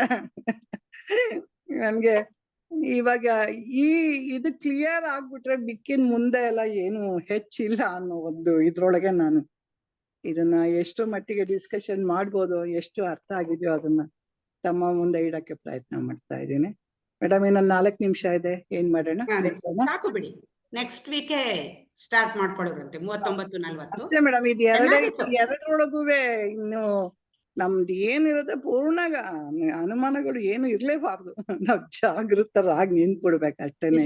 ಚೆನ್ನಾಗಿತ್ತು ಏನು, ಅದಕ್ಕೋಸ್ಕರ ಇದನ್ನ ಒಂದು ಯೋಚನೆ ಮಾಡೋದು. ಆಕ್ಚುಲಿ ನಾನು ಸುಮ್ನೆ ನೋಡ್ತಾ ಇದ್ದೆ ಏನಿದೆ ಅಂತ. ಆಮೇಲೆ ಉಮಾ ಎಷ್ಟೊಂದಿದೆ ಮಾತಾಡಕ್ಕೆ ಅಂದ್ರವ್ರು. ಏನಿದೆ ಮಾತಾಡಕ್ಕೆ ಅಂತಂದ. ನಾನು ಈ ಮೊದಲನೇ ಪೇಜಲ್ಲಿ ಬರೀ ಇನ್ನು ಸಂಸಾರ ಬಂಧನ, ಆತ್ಮ ಅನಾತ್ಮ ಬಗ್ಗೆ, ಜೀವಾತ್ಮ ಪರಮಾತ್ಮ ಏಕತ್ವ. ಅದ್ ಬಿಟ್ಟು ಮುಂದಕ್ಕೆ ಹೋಗ್ಲಿಲ್ಲ ನಾವು. ಅದು ಅಷ್ಟೊಳಗೆ ನಿಗ್ಸಿದೀವಿ ಮೇಡಮ್. ಇವತ್ತಿನ ದಿವಸಕ್ಕೆ ಇವತ್ತಿನ ಇದನ್ನು ಮುಗ್ದಾನೆ. ಏನಾರು ಇದ್ರೆ ಕಲ್ಯಾಣ್ ಮೇಡಮ್, ಏನಾರು ಇದೆಯಾ ಡೌಟ್ಸ್ ನಿಮ್ಗೆ? ಏನಿಲ್ಲ ರೀ, ಚೆನ್ನಾಗ್ ಅರ್ಥ ಆಯ್ತು, ಚೆನ್ನಾಗಿ ಹೇಳಿದಿರಿ. ಕಲ್ಯಾಣಿ ಮೇಡಮ್ ಮುಕ್ತರಾಗ್ಬಿಟ್ರು ಇವತ್ತು. ತುಂಬಾ ಚೆನ್ನಾಗಿ. ಕಲ್ಪನಾ ಅಂತ ಕಲ್ಪನಾನ್ ಬಿಟ್ಟಾಗೋಗಿದೆ ಆಗ್ಲೇನೆ, ಹಾಗಾಗಿ ಕಲ್ಪನಾನು ಮುಕ್ತರಾಗ್ಬಿಟ್ಟಿದ್ದಾರೆ. ಚೆನ್ನಾಗಿತ್ತು ಇವತ್ತು ಕ್ಲಾಸ್, ನಿಜವಾಗ್ಲು. ಚೆನ್ನಾಗಿತ್ತು ಡಿಸ್ಕಷನ್. ಡಿಸ್ಕಷನ್ ಫಸ್ಟ್ ಕ್ಲಾಸ್ ಆಗಿತ್ತು. ನಿಜವಾಗ್ಲು ಅದ್ರ ಬಗ್ಗೆ ಗೊತ್ತಾಗಿದ್ರೆ ಮುಂದಕ್ಕೆ ಹೋಗಕ್ ತುಂಬಾ ಅನುಕೂಲ ಆಗುತ್ತೆ. ಅದು ಗೊತ್ತಿದ್ರು ಏನು ಬೇರೆಯವರ ಅದು ಮನನ ಮಾಡ್ತಾ ಇದ್ರೆ ಇನ್ನ ಚೆನ್ನಾಗಿ ಒಳಗಡೆ ಹೋಗುತ್ತೆ ಅಂತ ಅರ್ಥ ಆಗುತ್ತೆ. ಚೆನ್ನಾಗಿತ್ತು. ಪ್ರಾರ್ಥನೆ ಮಾಡ್ಬಿಡಿ.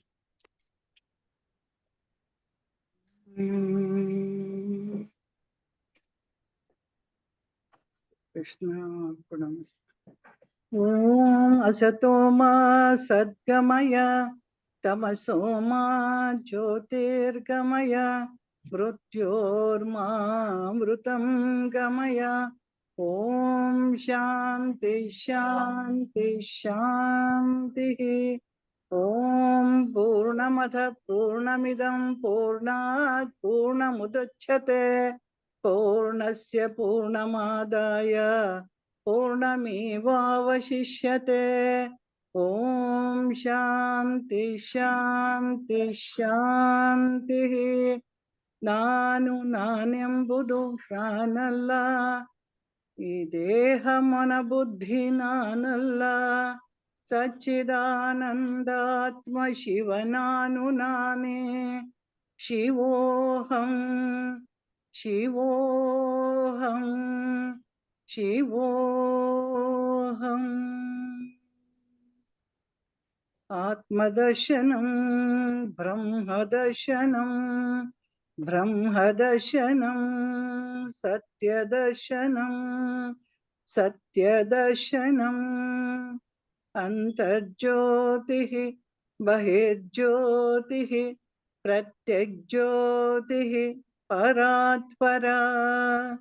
ಜ್ಯೋತಿರೇವ ಜ್ಯೋತಿಃ ಸ್ವಯಂ ಜ್ಯೋತಿಃ ಆತ್ಮಜ್ಯೋತಿಃ ಶಿವೋಸ್ಮ್ಯಹಂ. ಲೋಕಾಃ ಸಮಸ್ತಾಃ ಸುಖಿನೋ ಭವಂತು.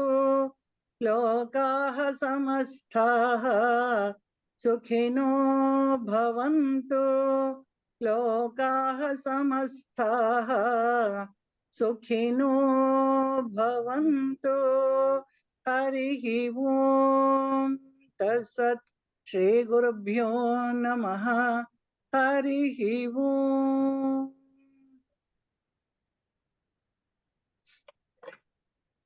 ಹರಿ ಓಂ ಎಲ್ಲರಿಗೂ. ಹರಿ ಓಂ.